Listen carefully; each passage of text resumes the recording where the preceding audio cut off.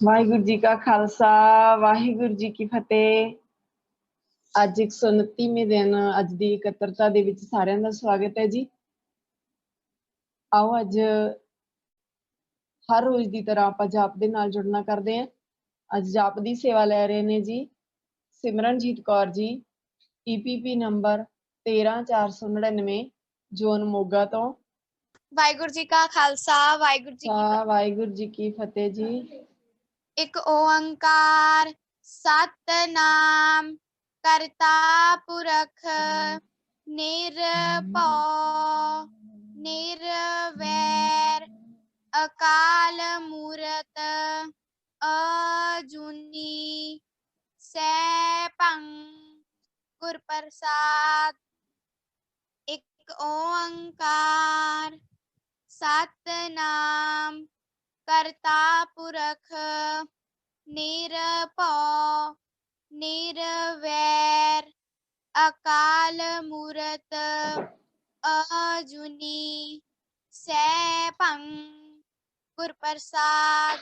ਇੱਕ ਓੰਕਾਰ ਸਤਨਾਮ ਕਰਤਾ ਪੁਰਖ ਨਿਰਭਉ ਨਿਰਵੈਰ ਅਕਾਲ ਮੂਰਤ ਅਜੂਨੀ ਸੈਭੰ ਗੁਰ ਪ੍ਰਸਾਦ। ਇੱਕ ਓੰਕਾਰ ਸਤਨਾਮ ਕਰਤਾ ਪੁਰਖ ਨਿਰਭਉ ਨਿਰਵੈਰ ਅਕਾਲ ਮੂਰਤ ਅਜੂਨੀ ਸੈਭੰ ਗੁਰ ਪ੍ਰਸਾਦ। ਇੱਕ ਓੰਕਾਰ ਸਤਨਾਮ ਕਰਤਾ ਪੁਰਖ ਨਿਰਭਉ ਨਿਰਵੈਰ ਅਕਾਲ ਮੂਰਤ ਅਜੂਨੀ ਸੈਭੰ ਗੁਰ ਪ੍ਰਸਾਦ। ਇੱਕ ਓੰਕਾਰ ਸਤਨਾਮ ਕਰਤਾ ਪੁਰਖ ਨਿਰਭਉ ਨਿਰਵੈਰ ਅਕਾਲ ਮੂਰਤ ਅਜੂਨੀ ਸੈਭੰ ਗੁਰ ਪ੍ਰਸਾਦ। ਵਾਹਿਗੁਰੂ ਵਾਹਿਗੁਰੂ ਵਾਹਿਗੁਰੂ ਵਾਹਿਗੁਰੂ ਵਾਹਿਗੁਰੂ। ਵਾਹਿਗੁਰੂ ਜੀ ਕਾ ਖਾਲਸਾ ਵਾਹਿਗੁਰੂ ਜੀ ਕੀ ਫਤਿਹ। ਵਾਹਿਗੁਰੂ ਜੀ ਕਾ ਖਾਲਸਾ ਵਾਹਿਗੁਰੂ ਜੀ ਕੀ ਫਤਿਹ ਜੀ। ਇਹ ਸਨ ਸਿਮਰਨਜੀਤ ਕੌਰ ਜੀ, ਬਹੁਤ ਬਹੁਤ ਧੰਨਵਾਦ ਜੀ। ਆਓ ਕੀਰਤਨ ਦੇ ਨਾਲ ਜੁੜਦੇ ਹਾਂ ਜੀ। ਅੱਜ ਕੀਰਤਨ ਦੀ ਸੇਵਾ ਲੈ ਰਹੇ ਨੇ ਮਨਪ੍ਰੀਤ ਕੌਰ ਜੀ, ਜ਼ੋਨ ਜੈਤੋ ਤੋਂ, EPP ਨੰਬਰ 13895 ਜੀ। ਵਾਹਿਗੁਰੂ ਜੀ ਕਾ ਖਾਲਸਾ ਵਾਹਿਗੁਰੂ ਜੀ ਕੀ ਫਤਿਹ। ਵਾਹਿਗੁਰੂ ਜੀ ਕੀ ਫਤਿਹ ਜੀ। Am I audible, ma'am? ਹਾਂਜੀ। ਕਰ ਕਿਰਪਾ ਤੇਰੇ ਗੁਣ ਗਾਵਾਂ, ਨਾਨਕ ਨਾਮ ਜਪਤ ਸੁਖ ਪਾਵਾਂ। ਕਰ ਕਿਰਪਾ ਤੇਰੇ ਗੁਣ ਗਾਵਾਂ, ਨਾਨਕ ਨਾਮ ਜਪਤ ਸੁਖ ਪਾਵਾਂ। ਤੂੰ ਵਡ ਦਾਤਾ ਅੰਤਰਜਾਮੀ, ਸਭ ਮੈਂ ਰਵਿਆ ਪੂਰਨ ਪ੍ਰਭ ਸੁਆਮੀ। ਤੂੰ ਵਡ ਦਾਤਾ ਅੰਤਰਜਾਮੀ, ਸਭ ਮੈਂ ਰਵਿਆ ਪੂਰਨ ਪ੍ਰਭ ਸੁਆਮੀ। ਕਰ ਕਿਰਪਾ ਤੇਰੇ ਗੁਣ ਗਾਵਾਂ, ਕਰ ਕਿਰਪਾ ਤੇਰੇ ਗੁਣ ਗਾਵਾਂ। ਮੇਰੇ ਪ੍ਰਭ ਪ੍ਰੀਤਮ ਨਾਮ ਆਧਾਰਾ, ਹਉ ਸੁਣ ਸੁਣ ਜੀਵਾ ਨਾਮ ਤੁਮਾਰਾ। ਮੇਰੇ ਪ੍ਰਭ ਪ੍ਰੀਤਮ ਨਾਮ ਆਧਾਰਾ, ਹਉ ਸੁਣ ਸੁਣ ਜੀਵਾ ਨਾਮ ਤੁਮਾਰਾ। ਕਰ ਕਿਰਪਾ ਤੇਰੇ ਗੁਣ ਗਾਵਾਂ, ਕਰ ਕਿਰਪਾ ਤੇਰੇ ਗੁਣ ਗਾਵਾਂ। ਤੇਰੀ ਸਰਣ ਸਤਿਗੁਰ ਮੇਰੇ ਪੂਰੇ, ਮਨ ਨਿਰਮਲ ਹੋਏ ਸੰਤਾ ਤੂਰੇ। तेरी शरण सतगुर मेरे पूरे, मन निर्मल होए संता तूरे। कर कृपा तेरे गुण गावा, कर कृपा तेरे गुण गावा। चरण कमल हृदय उतारे, तेरे दर्शन को जाई बलिहारे। चरण कमल हृदय उतारे, तेरे दर्शन को जाई बलिहारे। कर कृपा तेरे गुण गावा, नानक नाम जपत सुख पावा। कर कृपा तेरे गुण गावा, नानक नाम जपत सुख पावा। नानक नाम जपत सुख पावा, नानक नाम जपत सुख पावा। वाहिगुरु जी का खालसा, वाहिगुरु जी की फतेह। वाहिगुरु जी का खालसा, वाहिगुरु जी की फतेह जी। कर किरपा तेरे गुण गावां। उस वाहिगुरु जी की किरपा है कि ਅਸੀਂ ਉਸ ਦੀ ਸਲਾਹ ਦੇ ਵਿੱਚ, ਉਸ ਦੇ ਗੁਣ ਗਾਉਣ ਦੇ ਵਿੱਚ ਜੁੜਦੇ ਹਾਂ। ਵਾਹਿਗੁਰੂ ਦੀ ਬਖਸ਼ਿਸ਼ ਹੈ ਜੀ। ਅੱਜ 129 ਦਿਨ ਹੋ ਗਏ ਆ ਕਿ ਅਸੀਂ ਸਾਰੇ ਹੀ ਉਸ ਵਾਹਿਗੁਰੂ ਦੀ ਸਿਫਤ ਸਲਾਹ ਦੇ ਵਿੱਚ ਜੁੜਨਾ ਕਰਦੇ ਹਾਂ। ਸੋ ਬਹੁਤ ਬਹੁਤ ਧੰਨਵਾਦ ਜੀ। ਹੁਣ ਬੇਨਤੀ ਹੈ ਜੀ ਪ੍ਰਿੰਸੀਪਲ ਕੁਲਵੰਤ ਕੌਰ ਜੀ ਨੂੰ ਕਿ ਉਹ ਆਪਣਾ ਸੈਸ਼ਨ ਲੈਣਗੇ ਜੀ। ਅੱਜ ਪਹਿਲਾ ਸੈਸ਼ਨ ਆਪਣਾ ਇੰਗਲਿਸ਼ ਦਾ ਹੋਵੇਗਾ। ਸਾਰੇ ਬੱਚੇ ਨੋਟ ਕਰਨ ਜੀ, ਧਿਆਨ ਦੇਣ ਜੀ। ਹਾਂਜੀ ਭੈਣ ਜੀ। ਵਾਹਿਗੁਰੂ ਜੀ ਕਾ ਖਾਲਸਾ, ਵਾਹਿਗੁਰੂ ਜੀ ਕੀ ਫਤਿਹ ਜੀ। ਬਹੁਤ ਬਹੁਤ ਧੰਨਵਾਦ ਜੀ ਸਮਾਂ ਦੇਣ ਲਈ। ਮੈਂ ਸਕਰੀਨ ਸ਼ੇਅਰ ਕਰਨ ਜਾ ਰਹੀ ਹਾਂ। ਅੱਜ ਦਾ ਜਿਵੇਂ ਕਿ ਫਸਟ ਸੈਸ਼ਨ ਸਾਡਾ ਇੰਗਲਿਸ਼, ਸਪੋਕਨ ਇੰਗਲਿਸ਼ ਦਾ ਹੀ ਹੈ, ਤੇ ਅੱਜ ਅਸੀਂ ਕੁਝ ਵਰਡਸ ਇਸ ਤਰ੍ਹਾਂ ਦੇ ਕਰਾਂਗੇ ਜੋ ਸਾਨੂੰ ਬੋਲਣ ਲੱਗਿਆ ਕਨਫਿਊਜ਼ ਕਰਦੇ ਆ। ਮਤਲਬ ਕੁਝ ਕਾਮਨਲੀ ਅਸੀਂ ਜਿਹੜੇ ਸੁਣਨ ਨੂੰ ਉਹ ਇੱਕੋ ਜਿਹੇ ਲੱਗਦੇ ਆ। I am not talking about homophones. Homophones ਕੀ ਹੁੰਦੇ ਆ? ਸੇਮ ਹੁੰਦੇ ਆ, ਠੀਕ ਹੈ ਨਾ। ਜਿਵੇਂ ਤੁਸੀਂ ਕਿਹਾ ਡੀਅਰ, ਡੀਅਰ, ਇਹ ਸੁਣਨ ਨੂੰ ਸੇਮ ਲੱਗ ਰਿਹਾ ਹੈ। ਤੁਸੀਂ ਕਿਹਾ 8, ATE 8, EIGHT 8, ਇਹ ਸੁਣਨ ਨੂੰ ਸੇਮ ਲੱਗ ਰਿਹਾ। ਬਟ ਜਿਹੜੇ ਵਰਡਸ ਅੱਜ ਅਸੀਂ ਕਰ ਰਹੇ ਹਾਂ, they are commonly confusing word. ਇਹ ਸੁਣਨ ਨੂੰ ਸੇਮ ਵਰਗੇ ਲੱਗਦੇ ਆ, ਸੇਮ ਨਹੀਂ ਹੁੰਦੇ, ਥੋੜਾ ਜਿਹਾ ਡਿਫਰੈਂਸ ਹੁੰਦਾ ਹੈ। ਉਹ ਡਿਫਰੈਂਸ ਕਿੱਥੇ ਹੁੰਦਾ ਹੈ? We'll do that in today's class. So my first word is advice. ਇਹ ਅਸੀਂ ਵੈਸੇ ਵਰਡ ਇਹ ਪਹਿਲੇ ਵੀ ਕੀਤਾ ਸੀਗਾ, but still ਮੈਂ ਕਿਹਾ ਚਲੋ we will revise this word. Advice, ਇਹਨੂੰ ਸੱਸੇ ਨਾਲ ਬੋਲਣਾ ਹੈ, advice, ਸ ਨਾਲ, ਠੀਕ ਹੈ। ਜਿਵੇਂ for example, he followed advice of his brother. ਉਸਨੇ ਆਪਣੇ ਬ੍ਰਦਰ ਦੀ ਐਡਵਾਈਸ ਨੂੰ ਫੋਲੋ ਕੀਤਾ। ਹੁਣ ਇੱਥੇ ਐਡਵਾਈਸ ਦਾ ਮਤਲਬ ਹੈ ਸਲਾਹ, ਸਲਾਹ। he followed the advice of his brother. ਉਹਨੇ ਆਪਣੇ ਬ੍ਰਦਰ ਦੀ ਸਲਾਹ ਨੂੰ ਫੋਲੋ ਕੀਤਾ। ਅਗਰ ਐਡਵਾਈਸ ਹੋਏਗਾ, ADVISE, ਇਹਨੂੰ Z ਨਾਲ ਬੋਲਣਾ ਹੈ, ਐਡਵਾਈਜ਼, ਐਡਵਾਈਜ਼। ਇਹਦਾ ਮੀਨਿੰਗ ਹੁੰਦਾ ਹੈ ਸਲਾਹ ਦੇਣਾ। ਐਡਵਾਈਜ਼ ਮੀਨਸ ਸਲਾਹ ਦੇਣਾ, ਐਡਵਾਈਸ ਮੀਨਸ ਸਲਾਹ। For example, I advised him to stay away from bad company. ਮੈਂ ਉਹਨੂੰ ਸਲਾਹ ਦਿੱਤੀ ਕਾਦੀ? bad company ਤੋਂ ਦੂਰ ਰਹਿਣ ਦੀ। I advised him to stay away from bad company. So advice ਸੱਸੇ ਨਾਲ and advise ਜ਼ ਨਾਲ। ਸੋ ਥੋੜਾ ਜਿਹਾ ਫਰਕ ਹੈ। ਅਸੀਂ ਇਹਨੂੰ ਹੋਮੋਫੋਨਸ ਨਹੀਂ ਕਹਿ ਸਕਦੇ। ਹੋਮੋਫੋਨਸ ਜਿਹੜੇ ਹੁੰਦੇ ਆ ਨਾ, ਉਹ ਸੇਮ ਹੁੰਦੇ ਆ, ਉਹ ਸੁਣਨ ਨੂੰ ਸੇਮ ਲੱਗਦਾ ਹੈ। ਜਿਵੇਂ ਐਗਜ਼ਾਮਪਲ ਮੈਂ ਦਿੱਤੀ 8, ATE 8, EIGHT 8। ਸੋ ਇਹ ਦੋਨੋਂ ਸੁਣਨ ਨੂੰ ਸੇਮ ਲੱਗ ਰਿਹਾ, ਬਟ ਇਹਦੇ ਵਿੱਚ ਡਿਫਰੈਂਸ ਹੈ ਔਰ ਇਹ ਕਈ ਵਾਰ ਸਾਨੂੰ ਕਨਫਿਊਜ਼ ਕਰ ਦਿੰਦਾ, ਠੀਕ ਹੈ। Coming to next word, affect. Affect, ਹੁਣ ਅਸੀਂ ਕਹਿੰਦੇ ਆ ਉਹਦੇ ਤੇ ਬਹੁਤ ਅਫੈਕਟ ਪਿਆ, ਇਹਨੂੰ ਅਫੈਕਟ ਬੋਲਣਾ ਹੈ, ਇਫੈਕਟ ਬੋਲਣਾ ਹੈ। ਕਈ ਵਾਰ ਅਸੀਂ ਕਹਿੰਦੇ ਇਫੈਕਟ ਪਿਆ, ਸੋ ਇਹ ਨਾਰਮਲੀ ਸਾਨੂੰ ਕਨਫਿਊਜ਼ ਕਰਦਾ ਹੈ ਵਰਡ। ਸੋ ਐਕਚੁਅਲੀ ਅਫੈਕਟ ਜਿਹੜਾ ਹੈ ਉਹ ਵਰਬ ਹੈ, ਕਿਰਿਆ ਹੈ, affect. For example, pollution has affected the health of people to the great extent. pollution ਨੇ ਲੋਕਾਂ ਦੀ ਸਿਹਤ ਨੂੰ ਬਹੁਤ ਪ੍ਰਭਾਵਿਤ ਕੀਤਾ ਹੈ। ਸੋ ਅਫੈਕਟ ਮੀਨਸ ਪ੍ਰਭਾਵਿਤ ਕਰਨਾ। ਇਟਸ ਅ ਵਰਬ, ਇਹ ਕਿਰਿਆ ਹੈ, ਇਹਦਾ ਮਤਲਬ ਹੁੰਦਾ ਹੈ ਪ੍ਰਭਾਵਿਤ ਕਰਨਾ। ਠੀਕ ਹੈ, ਕਿਰਿਆ ਹੈ, ਕੋਈ ਕੰਮ ਹੋ ਰਿਹਾ ਹੈ, action is going on, action is being done.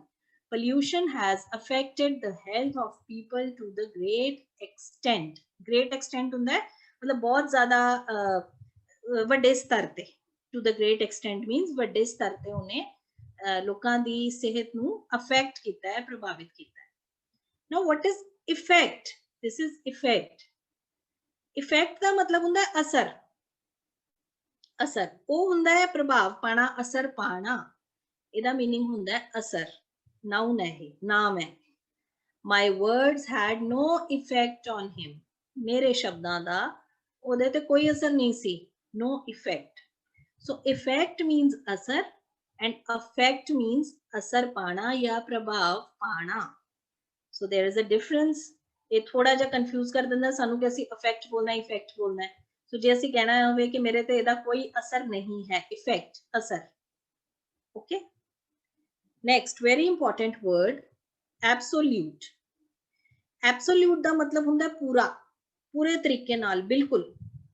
For example, power corrupts. ਜਿਹੜੀ ਤਾਕਤ ਹੁੰਦੀ ਹੈ ਨਾ, ਜਿਵੇਂ ਅਸੀਂ ਕਹਿੰਦੇ ਹਾਂ ਗੱਦੀ, ਉਹ ਸਾਨੂੰ ਕਰਪਟ ਕਰ ਦਿੰਦੀ ਹੈ, ਭ੍ਰਿਸ਼ਟ ਬਣਾ ਦਿੰਦੀ ਹੈ। Absolute power corrupts absolutely. ਇਹ ਬੜੀ common saying ਹੈ। ਇਹ ਕਿਹਾ ਜਾਂਦਾ ਹੈ ਕਿ ਪੂਰੀ ਪਾਵਰ ਨਾਲ ਬੰਦਾ ਪੂਰਾ ਕਰਪਟ ਹੋ ਜਾਂਦਾ ਹੈ। ਪਾਵਰ ਤਾਂ ਕਰਪਟ ਕਰਦੀ ਹੈ, ਬਟ ਪੂਰੀ ਪਾਵਰ ਪੂਰੇ ਤਰੀਕੇ ਕਰਪਟ ਕਰ ਦਿੰਦੀ ਹੈ। ਯਾਨੀ ਜਿਹਦੇ ਕੋਲ ਜਿੰਨੀ ਜ਼ਿਆਦਾ ਤਾਕਤ ਹੁੰਦੀ ਹੈ ਉਹ ਉਨਾ ਜ਼ਿਆਦਾ ਕਰਪਟ ਹੋ ਜਾਂਦਾ ਹੈ। ਸੱਤਾ ਦੀ ਤਾਕਤ, ਗੱਦੀ ਦੀ ਤਾਕਤ ਹੈ ਨਾ, power. Power corrupts, absolute power corrupts absolutely. So absolute ਮਤਲਬ ਪੂਰਾ, ਪੂਰੇ ਤਰੀਕੇ ਨਾਲ। Another word is which confuses us is obsolete. Obsolete. ਇਹਨੂੰ ਕੀ ਬੋਲਦੇ ਹੁਣ ਸੁਣਨ ਨੂੰ ਐਬਸੋਲਿਊਟ, ਆਬਸੋਲੀਟ ਥੋੜਾ ਕਨਫਿਊਜ਼ ਕਰ ਦਿੰਦੇ ਆ। ਆਬਸੋਲੀਟ ਦਾ ਮਤਲਬ ਹੁੰਦਾ ਹੈ the thing which is not in use, ਜੋ ਹੁਣ ਯੂਜ਼ ਨਹੀਂ ਹੋ ਰਹੀ, ਪੁਰਾਣੀ ਹੋ ਗਈ ਹੈ। ਜਿਵੇਂ ਅਸੀਂ ਤੁਸੀਂ ਡਿਕਸ਼ਨਰੀ ਖੋਲ ਕੇ ਦੇਖੋਗੇ, ਡਿਕਸ਼ਨਰੀਜ਼ ਦੇ ਵਿੱਚ ਬਹੁਤ ਅੱਛੀਆਂ ਡਿਕਸ਼ਨਰੀਜ਼ ਦੇ ਵਿੱਚ ਵਰਡਸ ਲਿਖੇ ਹੁੰਦੇ ਆ, ਉਹਦੇ ਨਾਲ ਬ੍ਰੈਕਟ 'ਚ ਪਾਇਆ ਹੁੰਦਾ ਹੈ ਆਬਸੋਲੀਟ। ਇਹਦਾ ਮਤਲਬ ਹੁੰਦਾ ਇਹ ਅੱਜ ਕੱਲ ਯੂਜ਼ ਨਹੀਂ ਹੁੰਦਾ।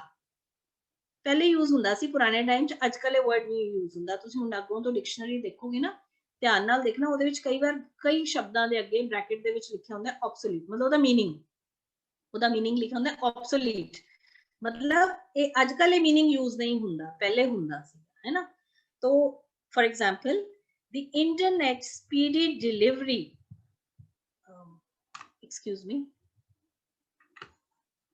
मेरी इत्थे screen, हाँ जी, the internet speedy delivery of news will make newspapers obsolete. ਬਈ ਜੋ ਇੰਟਰਨੈਟ ਦੀ ਸਪੀਡੀ ਡਿਲੀਵਰੀ ਹੈ ਨਾ, ਜਿੰਨੀ ਸਪੀਡ ਨਾਲ ਇੰਟਰਨੈਟ ਨਿਊਜ਼ ਸਾਨੂੰ ਡਿਲੀਵਰ ਕਰਦਾ ਹੈ, ਉਹਦੇ ਤੋਂ ਦੇਖ ਕੇ ਲੱਗਦਾ ਹੈ ਕਿ ਨਿਊਜ਼ਪੇਪਰ ਤਾਂ ਇੱਕ ਦਿਨ ਆਬਸੋਲੀਟ ਹੋ ਜਾਣਗੇ, है ना, यूज विच नहीं रहणगे। सो ऑब्सोलीट मतलब ਜਿਹੜੀ ਚੀਜ਼ यूज विच नहीं रहंदी ਉਹਨੂੰ ਕੀ ਕਿਹਾ ਜਾਂਦਾ ਹੈ, ऑब्सोलीट। एब्सोल्यूट मतलब बिल्कुल पूरे तरीके नाल, एंड ऑब्सोलीट मतलब ਜਿਹੜੀ ਚੀਜ਼ ਹੁਣ यूज विच नहीं है, पहले यूज ਹੁੰਦੀ ਸੀ, now it's not in use। so internet ਦੀ ਜਿਹੜੀ ਡਿਲੀਵਰੀ ਹੈ ਨਿਊਜ਼ ਦੀ, ਇਹ ਕੀ ਕਰੇਗੀ, it will make newspapers obsolete। so advise, affect, effect, absolute, obsolete। next word is vocation। vocation ਹੁਣ ਸੁਣਨ ਨੂੰ ਲੱਗਦਾ ਨਾ vocation means ਛੁੱਟੀਆਂ, ਨਹੀਂ, ਇਹ VO ਹੈ। vocation ਹੁੰਦਾ ਹੈ ਤੁਹਾਡਾ ਕਾਰੋਬਾਰ। ਜਿਵੇਂ ਅਸੀਂ ਕਹਿੰਦੇ ਆ ਕਿ ਮੇਰੇ ਟੀਚਰ ਨੇ ਮੈਨੂੰ ਮੇਰਾ vocation ਚੂਜ਼ ਕਰਨ ਦੇ ਵਿੱਚ ਹੈਲਪ ਕੀਤੀ। ਕਾਰੋਬਾਰ, ਕੰਮ ਧੰਦਾ ਜਾਂ ਜੋ ਤੁਸੀਂ ਲਾਈਫ ਦੇ ਵਿੱਚ ਬਣਨਾ ਚਾਹੁੰਦੇ ਹੋ। for example, education is essential for vocation। ਜਿਹੜੀ ਪੜ੍ਹਾਈ ਹੈ ਨਾ, ਇਹ ਤੁਹਾਡਾ ਜਿਹੜਾ ਤੁਸੀਂ ਆਪਣੀ ਲਾਈਫ 'ਚ ਕਰੀਅਰ, ਜਿਹਨੂੰ ਅਸੀਂ ਕਹਿ ਦਿੰਦੇ ਆ, ਕਰੀਅਰ ਦੇ ਲਈ ਬੜੀ ਇੰਪੋਰਟੈਂਟ ਹੈ ਨਾ। ਜਾਂ ਅਸੀਂ ਕਹਿ ਦਿੰਦੇ ਆ ਕਿ ਮੇਰੇ ਟੀਚਰ ਨੇ ਮੈਨੂੰ ਵੋਕੇਸ਼ਨਲ ਗਾਈਡੈਂਸ ਦਿੱਤੀ। ਵੋਕੇਸ਼ਨਲ ਗਾਈਡੈਂਸ ਹੁੰਦਾ ਹੈ ਵੀ ਮੈਂ ਕੀ ਕਰਨਾ ਹੈ, ਮੈਂ ਕਿਹੜਾ ਕਰੀਅਰ ਅਡਾਪਟ ਕਰਨਾ ਹੈ, ਉਹ ਹੁੰਦੀ ਹੈ ਵੋਕੇਸ਼ਨਲ ਗਾਈਡੈਂਸ। ਅੱਜ ਕੱਲ ਸਾਰੇ ਸਕੂਲ, ਹੁਣ ਅਸੀਂ ਅੱਜ ਕੱਲ ਗੱਲ ਕਰਦੇ ਆ ਕਿ ਪੜ੍ਹਾਈ ਏਦਾਂ ਦੀ ਹੋਣੀ ਚਾਹੀਦੀ ਹੈ, ਬੱਚਿਆਂ ਨੂੰ ਇਸ ਤਰੀਕੇ ਨਾਲ ਪੜ੍ਹਾਇਆ ਜਾਣਾ ਚਾਹੀਦਾ ਹੈ ਕਿ ਉਹਨਾਂ ਨੂੰ ਵੋਕੇਸ਼ਨਲ ਗਾਈਡੈਂਸ ਮਿਲੇ, ਉਹ ਵੋਕੇਸ਼ਨਲੀ ਸਟਰੋਂਗ ਹੋ ਜਾਣ ਅੱਗੇ ਜਾ ਕੇ, ਹੈ ਨਾ। सो वोकेशन मीन्स तुहाडा करियर, तुहाडा काम जो तुसी करना चाहते हो. And the word which confuses us, vocation and vacation. Vacation ਦਾ मतलब ਹੁੰਦਾ है छुट्टी. छुट्टी ਅਸੀਂ ਕਹਿੰਦੇ ਨਾ summer vacation start ਹੋ ਗਈ, that is vacation. Like I spent my vacation in Australia. मैं अपनी ਜਿਹੜੀ ਛੁੱਟੀ ਸੀ ਕਿੱਥੇ ਬਿਤਾਈ? ਆਸਟ੍ਰੇਲੀਆ ਦੇ ਵਿੱਚ. So vocation and vacation. Vocation, vacation. So there is a big difference between these two words. So ਇਹ ਸਾਨੂੰ ਕਈ ਵਾਰ confuse ਕਰ ਦਿੰਦਾ ਹੈ ਵੀ ਇਹਨੂੰ vocation ਕਹਿਣਾ vacation. So vocation totally different word ਹੈ. Vacation means ਛੁੱਟੀ. Like ਸਾਡੇ ਸਕੂਲ ਦੇ ਵਿੱਚ summer vacation ਚੱਲ ਰਹੀ ਹੈ, ਠੀਕ ਹੈ, ਛੁੱਟੀ. Next is comma. Comma. Comma एक punctuation mark है, ਤੁਹਾਨੂੰ ਪਤਾ ਹੈ, full stop, question mark, commas, these are punctuation marks. ਇਹਨਾਂ ਨੂੰ punctuation marks ਕਹਿੰਦੇ ਆ ਨਾ. So comma ਉਹ ਹੁੰਦਾ ਹੈ ਜਿਹਨੂੰ ਅਸੀਂ ਅਰਧ ਵਿਰਾਮ ਕਹਿੰਦੇ ਹਾਂ, ਹੈ ਨਾ. ਅਰਧ ਵਿਰਾਮ ਕਹਿੰਦੇ ਆ ਹਿੰਦੀ ਪੰਜਾਬੀ ਦੇ ਵਿੱਚ, ਤੇ comma ਇੰਗਲਿਸ਼ ਦੇ ਵਿੱਚ ਕਹਿੰਦੇ ਆ. ਇਹਦਾ ਮਤਲਬ ਹੁੰਦਾ pause ਹੁੰਦਾ ਇੱਕ, pause, ਯਾਨੀ ਥੋੜੀ ਦੇਰ ਲਈ ਤੁਸੀਂ ਰੁਕ ਰਹੇ ਹੋ. Like I bought a book, a pen and a pencil. मैं एक पेन लिया, पेंसिल लिया, तो मैं दोनों विच की पा रही है? कॉमा पा रही है ना. सो सेंटेंस में बनाया है, a comma should be used carefully in a sentence. Sentence ਦੇ ਵਿੱਚ कॉमा ਨੂੰ बड़े ध्यान ਨਾਲ यूज करो. It's a simple sentence, ठीक है. कॉमा means ਅਸੀਂ pause ਦੇ ਦਿੰਦੇ ਹਾਂ. Comma, COMA, comma. ਹੁਣ ਦੇਖੋ ਬੱਚੇ ਇਹਦੇ ਵਿੱਚ ਡਿਫਰੈਂਸ ਕੀ ਹੈ? ਉਹ ਹੈ ਕਨੌੜੇ ਨਾਲ, ਇਹ ਹੈ ਹੋੜੇ ਨਾਲ. Comma, comma, comma, comma. Comma की ਹੁੰਦਾ ਹੈ ਜਦੋਂ ਬੇਹੋਸ਼ੀ ਦੀ ਹਾਲਤ ਵਿੱਚ ਇਨਸਾਨ ਚਲਾ ਜਾਂਦਾ ਹੈ ਨਾ ਕਾਫੀ ਦੇਰ ਤੱਕ, that is comma, coma. For example, he had been in a state of coma for the last 4 months. ਉਹ ਪਿਛਲੇ 4 ਮਹੀਨੇ ਤੋਂ ਕੋਮਾ ਵਿੱਚ ਹੈ. state of coma ਮਤਲਬ ਇੱਥੇ state ਦਾ ਮਤਲਬ ਹੈ ਹਾਲਤ, condition. He had been in a state of coma for the last 4 months. ਆਪਾਂ ਕੀਤਾ ਸੀ ਨਾ perfect continuous tense. ਸੋ ਇਹ ਹੈ ਕਿ ਉਹ ਪਿਛਲੇ 4 ਮਹੀਨਿਆਂ ਤੋਂ ਕੋਮਾ ਦੇ ਹਾਲਾਤ ਵਿੱਚ ਹੈ, ਮਤਲਬ ਬੇਹੋਸ਼ੀ ਦੇ ਵਿੱਚ, ਠੀਕ ਹੈ. So comma and comma, please keep this thing in your mind. Next, ਇਹਦੇ ਵਿੱਚ ਬੱਚੇ ਬਹੁਤ ਕਨਫਿਊਜ਼ ਹੁੰਦੇ ਆ. ਤੇ ਨਾਰਮਲੀ ਸਟੂਡੈਂਟਸ ਜਿਹੜੇ ਆ ਜਦੋਂ ਮੈਨੂੰ ਆਪਣੀ ਡਾਇਰੀ ਦੇ ਵਿੱਚ ਆਪਣਾ ਨਾਮ ਲਿਖ ਰਹੇ ਹੁੰਦੇ ਆ ਨਾ ਤੇ ਨਾਲ ਲਿਖਦੇ ਆ ਹਾਂਜੀ, ਕਈ ਬੱਚੇ ਆਦਤ ਹੁੰਦੀ ਹੈ ਨਾ ਕਿ ਸਬਜੈਕਟ ਇੰਗਲਿਸ਼, ਸਬਜੈਕਟ ਪੰਜਾਬੀ, ਤਾਂ ਆਪਣੀ ਡਾਇਰੀ ਦੇ ਵਿੱਚ ਕੀ ਲਿਖ ਦਿੰਦੇ ਆ? Subject diary. ਸੋ ਉੱਥੇ ਉਹ ਡਾਇਰੀ ਦੇ ਸਪੈਲਿੰਗ ਕੀ ਲਿਖ ਦਿੰਦੇ ਆ? DAIRY, that is dairy. Dairy. Dairy ਕੀ ਹੁੰਦੀ ਹੈ? ਜਿਵੇਂ ਹੁੰਦੀ ਹੈ ਨਾ ਦੁੱਧ ਦੀ ਡੇਰੀ, ਜਿੱਥੇ ਤੁਸੀਂ ਮਿਲਕ ਔਰ ਮਿਲਕ ਪ੍ਰੋਡਕਟਸ ਤੁਹਾਨੂੰ ਮਿਲਦੇ ਆ, that is dairy. A ਦੀ ਮਾਤਰਾ ਹੈ ਇਹਦੇ ਵਿੱਚ. He has gone to dairy to get milk. This is dairy. Okay. So ਇਹ ਹੁੰਦੀ ਹੈ ਡੇਰੀ ਜਿੱਥੇ ਮਿਲਕ ਔਰ ਮਿਲਕ ਪ੍ਰੋਡਕਟਸ ਮਿਲਦੇ ਆ ਤੁਹਾਨੂੰ. Okay. And ਇਹਦੇ ਨਾਲ ਦਾ word ਹੈ diary. ਇਹਨੂੰ ਅਸੀਂ ਕੀ ਕਹਿੰਦੇ ਆ? Diary. For example, please note the important points in your diary. ਆਪਣੀ ਡਾਇਰੀ ਦੇ ਵਿੱਚ important points note ਕਰ ਲਵੋ. So it's dairy and diary. So vocation and vacation, comma and coma, dairy and diary. Moving to the next word, desert. ये ਅਸੀਂ ਪਹਿਲੇ I think ਕੀਤਾ ਹੋਇਆ ਹੈ ਕਲਾਸ ਵਿੱਚ. I don't know in which class we have done. Desert. Desert ਹੁੰਦਾ ਹੈ ਰੇਗਿਸਤਾਨ. ਰੇਗਿਸਤਾਨ. Sahara is the largest desert in the world. ਸਹਾਰਾ ਜਿਹੜਾ ਹੈ, ਸਹਾਰਾ ਮਾਰੂਥਲ ਜਿਹਨੂੰ ਅਸੀਂ ਕਹਿੰਦੇ ਨਾ, ਮਾਰੂਥਲ ਰੇਗਿਸਤਾਨ, ਉਹ ਪੂਰੀ ਦੁਨੀਆ ਦਾ ਸਭ ਤੋਂ ਵੱਡਾ ਮਾਰੂਥਲ ਹੈ. ਸੋ ਸਹਾਰਾ is the largest desert in the world. ਔਰ ਇੰਡੀਆ ਦਾ ਕਿਹੜਾ ਹੈ? ਥਾਰ ਡੈਜ਼ਰਟ. ਰਾਜਸਥਾਨ ਦੇ ਵਿੱਚ ਥਾਰ ਡੈਜ਼ਰਟ ਹੈ, ਉਹ ਇੰਡੀਆ ਦਾ ਸਭ ਤੋਂ ਵੱਡਾ ਡੈਜ਼ਰਟ ਹੈ, ਡੈਜ਼ਰਟ. ਔਰ ਇਹਦੇ ਨਾਲ ਦਾ ਕਨਫਿਊਜ਼ਿੰਗ ਵਰਡ ਹੈ ਡਿਜ਼ਰਟ. ਡਿਜ਼ਰਟ. ਡਿਜ਼ਰਟ ਹੁੰਦਾ ਹੈ ਉਹ ਫੂਡ ਜਿਹੜਾ ਖਾਣੇ ਤੋਂ ਬਾਅਦ ਮਿੱਠਾ ਖਾਂਦੇ ਹੋ, ਉਹਨੂੰ ਕੀ ਕਹਿੰਦੇ ਆ? ਡਿਜ਼ਰਟ. ਖਾਣਾ ਖਾਣ ਤੋਂ ਬਾਅਦ ਖਾਏ ਜਾਣ ਵਾਲੇ ਮਿੱਠੇ ਨੂੰ ਕੀ ਕਿਹਾ ਜਾਂਦਾ ਹੈ? ਡਿਜ਼ਰਟ. ਲਾਈਕ ਆਈਸਕ੍ਰੀਮ ਵਾਸ ਸਰਵਡ ਐਜ਼ ਡਿਜ਼ਰਟ ਆਫਟਰ ਮੀਲ. ਖਾਣੇ ਤੋਂ ਬਾਅਦ ਆਈਸਕ੍ਰੀਮ ਡਿਜ਼ਰਟ ਦੀ ਤਰ੍ਹਾਂ ਸਰਵ ਕੀਤੀ ਗਈ. ਸੋ ਡਿਜ਼ਰਟ ਮੀਨਸ ਉਹ ਮਿੱਠਾ ਜੋ ਤੁਸੀਂ ਖਾਣੇ ਤੋਂ ਬਾਅਦ ਖਾਂਦੇ ਹੋ. ਚਾਕਲੇਟ ਵੀ ਹੋ ਸਕਦੀ ਹੈ, ਉਹ ਚਾਕਲੇਟ ਵਾਸ ਸਰਵਡ ਐਜ਼ ਡਿਜ਼ਰਟ, ਯਾਨੀ ਅਸੀਂ ਕਹਿੰਦੇ ਨਾ ਕਿ ਖਾਣ ਤੋਂ ਬਾਅਦ ਕੀ ਮਿੱਠਾ ਸੀਗਾ, ਠੀਕ ਹੈ, This is our personal matter. Personal the confusing word है PERSONNEL. कॉमर्स वाले बच्चों ਨੂੰ ਇਹਦੇ ਬਾਰੇ ਜ਼ਰੂਰ ਪਤਾ ਹੋਏਗਾ. Personnel, personnel, ਇਹਨੂੰ personnel ਬੋਲਦਾ ਹੈ. Personnel, personnel ਦਾ ਮਤਲਬ ਹੁੰਦਾ ਹੈ employees, ਕਰਮਚਾਰੀ, staff. ਇਹ ਜਿਵੇਂ ਅਸੀਂ ਕਹਿੰਦੇ ਨਾ ਕਿ ਉੱਥੋਂ ਇਹ ਜਿਹੜਾ ਹੈ ਇਸ ਕੰਪਨੀ ਦਾ personnel department ਹੈ, ਯਾਨੀ ਸਟਾਫ ਦੇ ਨਾਲ ਇਹਦੇ ਜਿਹੜੇ ਉਹ ਪਰਸਨਲ ਹੈਡ ਨੇ, ਉਹ ਆਪਣੀ ਕੰਪਨੀ ਦੇ ਪਰਸਨਲ ਹੈਡ ਨੇ, ਮਤਲਬ ਸਟਾਫ ਦੇ ਹੈਡ. ਸੋ ਪਰਸਨਲ ਮੀਨਸ EMPLOYEES, ਸਟਾਫ ਅਸੀਂ ਉਹਨੂੰ ਕਹਿੰਦੇ ਹਾਂ ਨਾ, ਕਰਮਚਾਰੀ. The personnel had increased from 70,000 to 75,000. ਇਹਦਾ ਮਤਲਬ ਕਿ ਜਿਹੜਾ ਸਟਾਫ ਹੈ, ਪਹਿਲੇ 70,000 ਸਟਾਫ ਸੀ, ਹੁਣ ਉਸ ਕੰਪਨੀ ਦਾ ਸਟਾਫ 75,000 ਹੋ ਗਿਆ, ਉੱਥੋਂ ਦੇ ਕਰਮਚਾਰੀ. ਠੀਕ ਹੈ. So personnel, ਇਹਨੂੰ ਕੀ ਬੋਲਣਾ ਹੈ? Personnel. So this is all for today, and today's proverb is everything looks yellow or pale to a jaundiced eye. ਧਿਆਨ ਨਾਲ ਪੜਨਾ ਇਹਨੂੰ. Everything looks yellow or pale to a jaundiced eye. ਇਹਦਾ ਮਤਲਬ ਹੈ ਜਿਹਨੂੰ ਜੌਂਡਿਸ ਹੋਇਆ ਹੋਵੇ ਨਾ, ਜੌਂਡਿਸ ਮਤਲਬ ਪੀਲੀਆ, ਉਹਨੂੰ ਹਰ ਚੀਜ਼ ਪੀਲੀ ਪੀਲੀ ਦਿਖਾਈ ਦਿੰਦੀ ਹੈ. ਇੱਥੇ ਤੁਸੀਂ ਯੈਲੋ ਵੀ ਕਹਿ ਸਕਦੇ ਹੋ, ਪੇਲ ਵੀ ਕਹਿ ਸਕਦੇ ਹੋ. ਪੇਲ ਦਾ ਮਤਲਬ ਵੀ ਪੀਲਾਪਨ, ਪੀਲਾ ਹੀ ਹੁੰਦਾ ਹੈ, ਪੀਲਾ ਥੋੜਾ ਹਲਕਾ ਪੀਲਾ, ਉਹਨੂੰ ਪੇਲ ਕਿਹਾ ਜਾਂਦਾ ਹੈ. ਸੋ ਇੱਕ ਜੌਂਡਿਸਡ ਆਈ ਨੂੰ, ਇੱਕ ਜੇ ਮੇਰੇ ਅੱਖਾਂ, ਮੈਨੂੰ ਜੌਂਡਿਸ ਹੋਇਆ, ਮੈਨੂੰ ਹਰ ਚੀਜ਼ ਪੀਲੀ ਪੀਲੀ ਨਜ਼ਰ ਆਏਗੀ, ਤਾਂ ਇਹਦਾ ਮਤਲਬ ਜਿੱਦਾਂ ਦੀ ਮੇਰੀ ਦੇਖਣ ਦੀ ਉਹ ਹੈ, ਉਸੇ ਤਰ੍ਹਾਂ ਹੀ ਮੈਂ ਦੁਨੀਆ ਨੂੰ ਦੇਖਾਂਗੀ ਨਾ. ਤਾਂ ਇਹਨੂੰ ਇਹ ਕਿਵੇਂ ਹੈ, ਇਹਨੂੰ ਕੀ ਕਿਹਾ ਜਾਂਦਾ ਹੈ ਪੰਜਾਬੀ ਵਿੱਚ? ਆਪ ਬੁਰਾ ਤੇ ਜਗ ਬੁਰਾ, ਜਾਂ ਅਸੀਂ ਇਹਨੂੰ ਇਹ ਵੀ ਕਹਿ ਦਿੰਦੇ ਆ ਆਪ ਮਰੇ ਜਗ ਪਰਲੋ. ਮਤਲਬ ਜਿੱਦਾਂ ਦਾ ਤੁਸੀਂ, ਤੁਹਾਡੀਆਂ ਅੱਖਾਂ ਨੇ ਨਾ, ਜਿੱਦਾਂ ਦਾ ਤੁਹਾਡਾ ਦ੍ਰਿਸ਼ਟੀਕੋਣ ਹੈ, ਤੁਸੀਂ ਉਸੇ ਦ੍ਰਿਸ਼ਟੀਕੋਣ ਨਾਲ ਪੂਰੇ ਸੰਸਾਰ ਨੂੰ ਦੇਖਦੇ ਹੋ. Everything looks yellow or pale to a jaundiced eye. ਆਪ ਬੁਰਾ ਜਗ ਬੁਰਾ. ਬਹੁਤ ਬਹੁਤ ਧੰਨਵਾਦ. Thank you so much. Waheguru ji ਕਾ ਖਾਲਸਾ, ਵਾਹਿਗੁਰੂ ਜੀ ਕੀ ਫਤਿਹ. ਵਾਹਿਗੁਰੂ ਜੀ ਕਾ ਖਾਲਸਾ, ਵਾਹਿਗੁਰੂ ਜੀ ਕੀ ਫਤਿਹ. ਬਹੁਤ ਬਹੁਤ ਧੰਨਵਾਦ ਜੀ. ਜਿਹੜੇ ਬੱਚਿਆਂ ਦੇ ਸਵਾਲ ਨੇ ਜੀ, ਉਹ ਬੱਚੇ ਆਪਣੇ ਸਵਾਲ ਹੈ ਜਿਹੜੇ ਚੈਟ ਬਾਕਸ ਦੇ ਵਿੱਚ ਲਿਖ ਦੇਣਗੇ. ਮੈਡਮ ਨੂੰ ਅੱਜ ਕੋਈ ਕੰਮ ਹੈ ਜੀ, ਇਸ ਕਰਕੇ ਤੁਹਾਡੇ ਜਵਾਬ ਹੈ ਜਿਹੜੇ ਜ਼ਰੂਰ ਦਿੱਤੇ ਜਾਣਗੇ, ਪਰ ਅੱਜ ਨਹੀਂ. ਅੱਜ ਆਪਾਂ ਹੁਣੇ ਨਵਾਂ ਦੂਸਰਾ ਸੈਸ਼ਨ ਸ਼ੁਰੂ ਕਰਾਂਗੇ ਜੀ.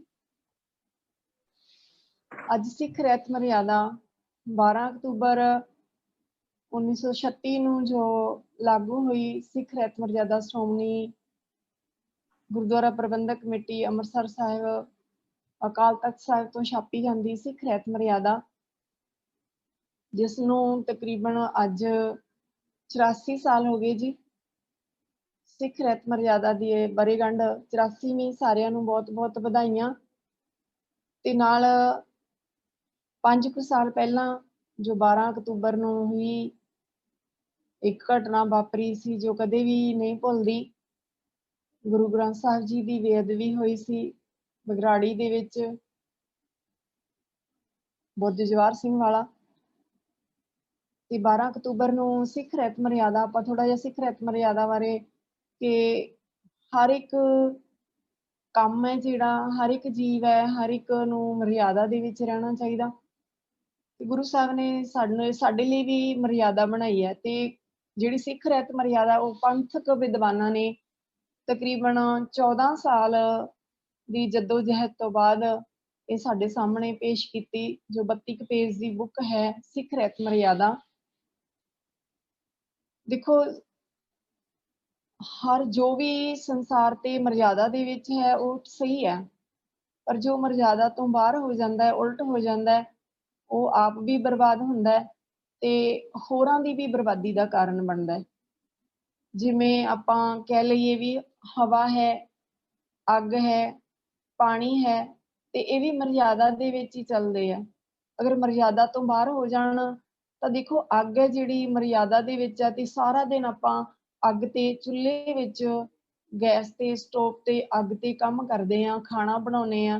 ਹਰ ਕੰਮ ਹੈ ਜਿਹੜਾ ਉਹ ਗੈਸ ਤੋਂ, ਸਟੋਵ ਤੋਂ, ਚੁੱਲ੍ਹੇ ਤੋਂ, ਅੱਗ ਤੋਂ ਲਿਆ ਜਾਂਦਾ ਹੈ. ਤੇ ਇਹੀ ਦੇਖੋ ਸਾਰਿਆਂ ਦੇ ਪੇਟ ਦੀ ਪੂਰਤੀ ਦੇ ਲਈ ਖਾਣਾ ਤਿਆਰ ਕਰਦੀ ਅੱਗ, ਤੇ ਇਹੀ ਅੱਗ ਜੇ ਮਰਿਆਦਾ ਤੋਂ ਬਾਹਰ ਹੋ ਜਾਵੇ ਤਾਂ ਫਿਰ ਅਨਾਉਂਸਮੈਂਟਾਂ ਕਰਵਾਉਣੀਆਂ ਪੈਂਦੀਆਂ ਨੇ ਕਿ ਭਾਈ ਫਲਾਨੀ ਥਾਂ ਅੱਗ ਲੱਗ ਗਈ ਹੈ ਤੇ ਆਓ ਜਲਦੀ ਉਸ ਤੇ ਕਾਬੂ ਪਾਉਣਾ ਹੈ। ਮਸ਼ੀਨਾਂ ਮੰਗਾਈਆਂ ਜਾਂਦੀਆਂ ਨੇ, ਫਾਇਰ ਬ੍ਰਿਗੇਡ ਮੰਗਾਈਆਂ ਜਾਂਦੀਆਂ ਨੇ ਕਿ ਅੱਗ ਨੂੰ ਬੁਝਾਉਣਾ ਹੈ, ਕਾਬੂ ਪਾਉਣਾ ਹੈ। ਇਸੇ ਤਰ੍ਹਾਂ ਪਾਣੀ ਹੈ, ਪਹਿਲਾ ਪਾਣੀ ਜੀਓ ਹੈ, ਜਿਤ ਹਰਿਆ ਸਭ ਕੋਏ, ਕਿ ਪਾਣੀ ਸਾਡਾ ਜੀਵਨ ਹੈ। ਪਾਣੀ ਦੇ ਨਾਲ ਹੀ ਉਤਪਤੀ ਹੁੰਦੀ ਹੈ, ਪਾਣੀ ਤੇ ਸਾਰਿਆਂ ਦਾ ਹੀ ਜੀਵਨ ਹੈ। ਪਰ ਜੇ ਪਾਣੀ ਮਰਿਆਦਾ ਦੇ ਵਿੱਚ ਹੈ ਤੇ ਇਸ ਦੇ ਨਾਲ ਧਰਤੀ, ਹਰਿਆਵਲੀ, ਉਤਪਤੀ ਸਭ ਕੁਝ ਹੁੰਦਾ ਹੈ। ਪਰ ਜੇ ਮਰਿਆਦਾ ਤੋਂ ਬਾਹਰ ਹੋ ਜਾਵੇ, ਉਲਟ ਹੋ ਜਾਵੇ ਤੇ ਹੜ੍ਹ ਆ ਜਾਂਦੀ ਹੈ ਤੇ ਪਾਣੀ ਦੀ ਕਿੰਨੀ ਮਾਰ ਹੁੰਦੀ ਹੈ। ਕਿ ਪਾਣੀ ਦੇ ਨਾਲ ਆਪਾਂ ਦੇਖਦੇ ਹਾਂ ਕਿ ਪਿਛਲੇ ਸਮੇਂ ਦੇ ਵਿੱਚ ਇੰਨਾ ਪਾਣੀ ਆਇਆ ਕਿ ਇੱਧਰ ਬਾਹਰਲੇ ਬਿਹਾਰ, ਯੂਪੀ ਦੇ ਵਿੱਚ ਦਿਖਾਇਆ ਜਾਂਦਾ ਸੀ ਕਿ 40 ਲੱਖ ਲੋਕ ਹੈ ਜਿਹੜੇ ਘਰੋਂ ਬੇਘਰ ਹੋ ਗਏ, ਪਾਣੀ ਦੇ ਵਿੱਚ ਸਭ ਕੁਝ ਰੁੜ ਗਿਆ। ਤਾਂ ਇਸੇ ਤਰ੍ਹਾਂ ਹਵਾ ਹੈ, ਹਵਾ ਵੀ ਮਰਿਆਦਾ ਵਿੱਚ ਚੱਲਦੀ ਹੈ ਤੇ ਆਪਣੀ ਆਕਸੀਜਨ ਆਪਾਂ ਜੀਵਤ ਰਹਿੰਦੇ ਹਾਂ। ਹਵਾ ਦੇ ਨਾਲ ਹਵਾ ਮਰਿਆਦਾ ਤੋਂ ਬਾਹਰ ਹੋ ਜਾਵੇ ਤਾਂ ਕਿੰਨਾ ਨੁਕਸਾਨ ਹੁੰਦਾ, ਕਿੰਨੀਆਂ ਕਿੰਨੀਆਂ ਉੱਚੀਆਂ ਬਿਲਡਿੰਗਾਂ ਢਹਿ ਢੇਰੀ ਹੋ ਜਾਂਦੀਆਂ। ਪਰ ਹੁਣ ਸਤਿਗੁਰ ਜੀ ਨੇ ਸਾਨੂੰ ਮਰਿਆਦਾ ਬਾਣੀ ਦੀ ਦਿੱਤੀ ਆ,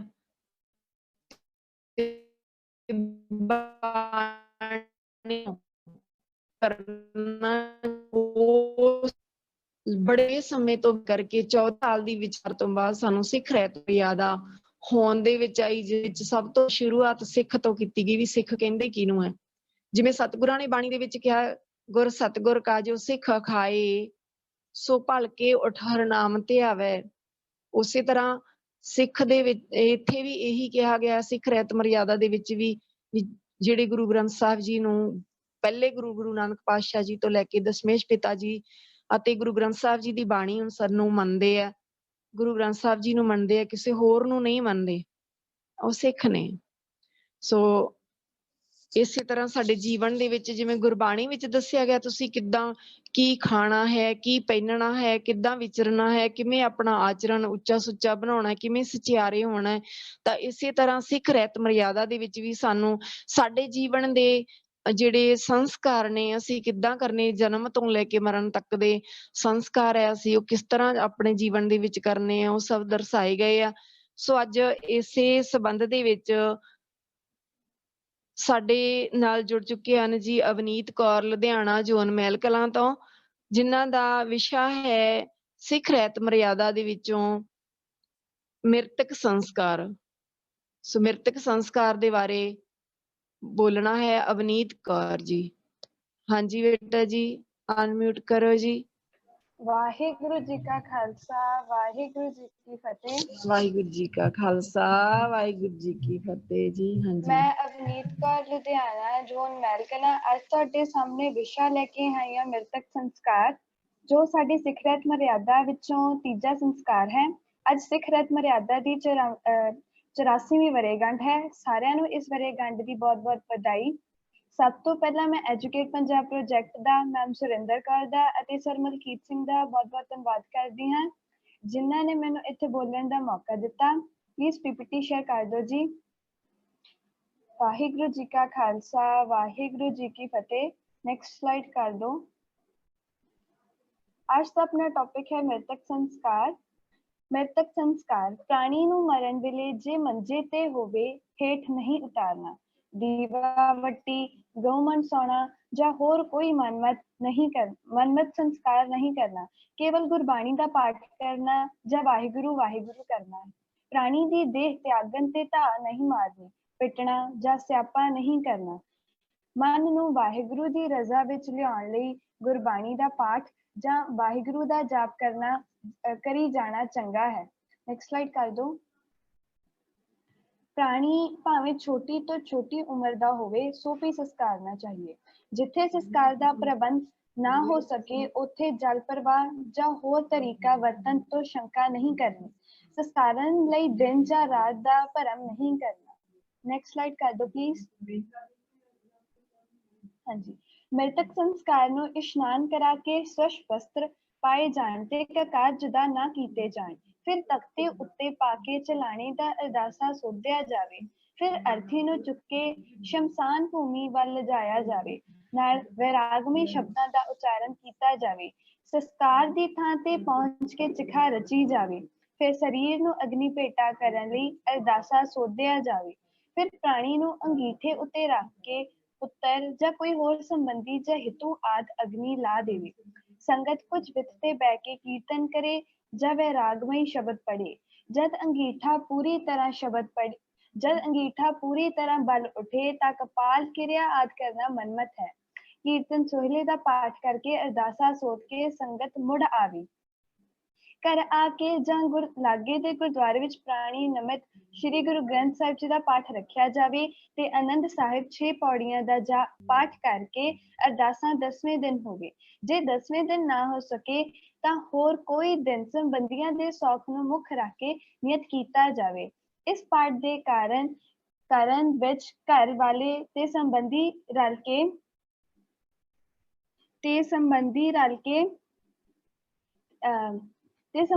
ਰਲ ਕੇ ਹਿੱਸਾ ਲੈਣ। ਜੇ ਹੋ ਸਕੇ ਤਾਂ ਹਰ ਰੋਜ਼ ਰਾਤ ਨੂੰ ਕੀਰਤਨ ਵੀ ਹੋਵੇ।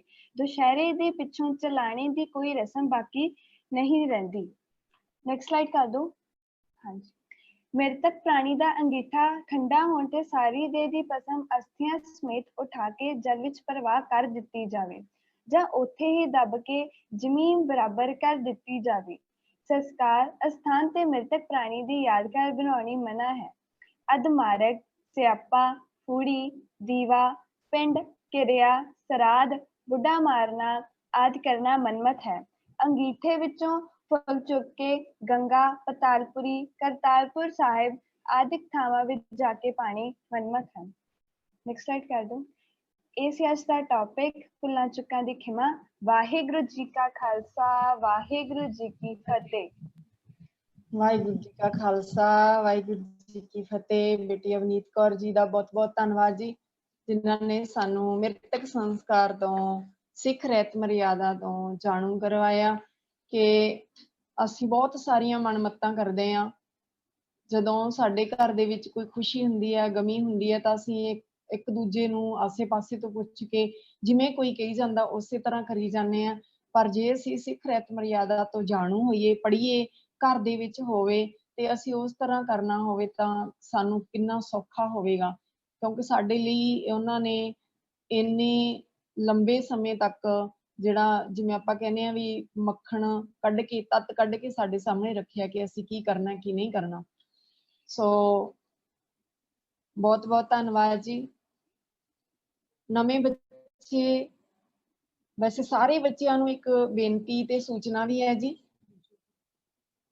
ਪਲੀਜ਼ ਸਕਰੀਨ ਸ਼ੇਅਰ ਕਰ ਦਿਓ ਜੀ ਆਪਣੇ ਨੰਬਰ ਦੀ, ਜਾਪ ਸਾਹਿਬ ਨੰਬਰ ਦੀ, ਕੀਰਤਨ ਵਾਲੇ ਨੰਬਰ ਦੀ, ਤੇ ਹੋਰ ਜੋ ਨਵਾਂ ਨੰਬਰ ਇਨਕੁਇਰੀ ਦੇ ਲਈ, ਫੀਡਬੈਕ ਦੇ ਲਈ, ਕਿਉਂਕਿ ਸਾਨੂੰ ਕੁਝ ਫੋਨ ਆਉਂਦੇ ਕਿ ਸਾਡਾ EPP ਨੰਬਰ ਕੋਈ ਨਹੀਂ ਹੈਗਾ, ਅਸੀਂ ਕੀ ਲਿਖਣਾ ਹੈ ਜਾਂ ਅਸੀਂ ਕਿੱਥੇ ਕੁਝ ਭੇਜਣਾ ਹੈ। ਤਾਂ ਸਾਰੇ ਬੱਚਿਆਂ ਨੂੰ ਫਿਰ ਬੇਨਤੀ ਹੈ ਜੀ, ਸਕਰੀਨ ਸ਼ੇਅਰ ਕਰਦੇ ਆ ਕਿ ਸਾਰੇ ਬੱਚੇ ਨੰਬਰ ਨੋਟ ਕਰ ਲਓ ਇੱਕ ਵਾਰੀ।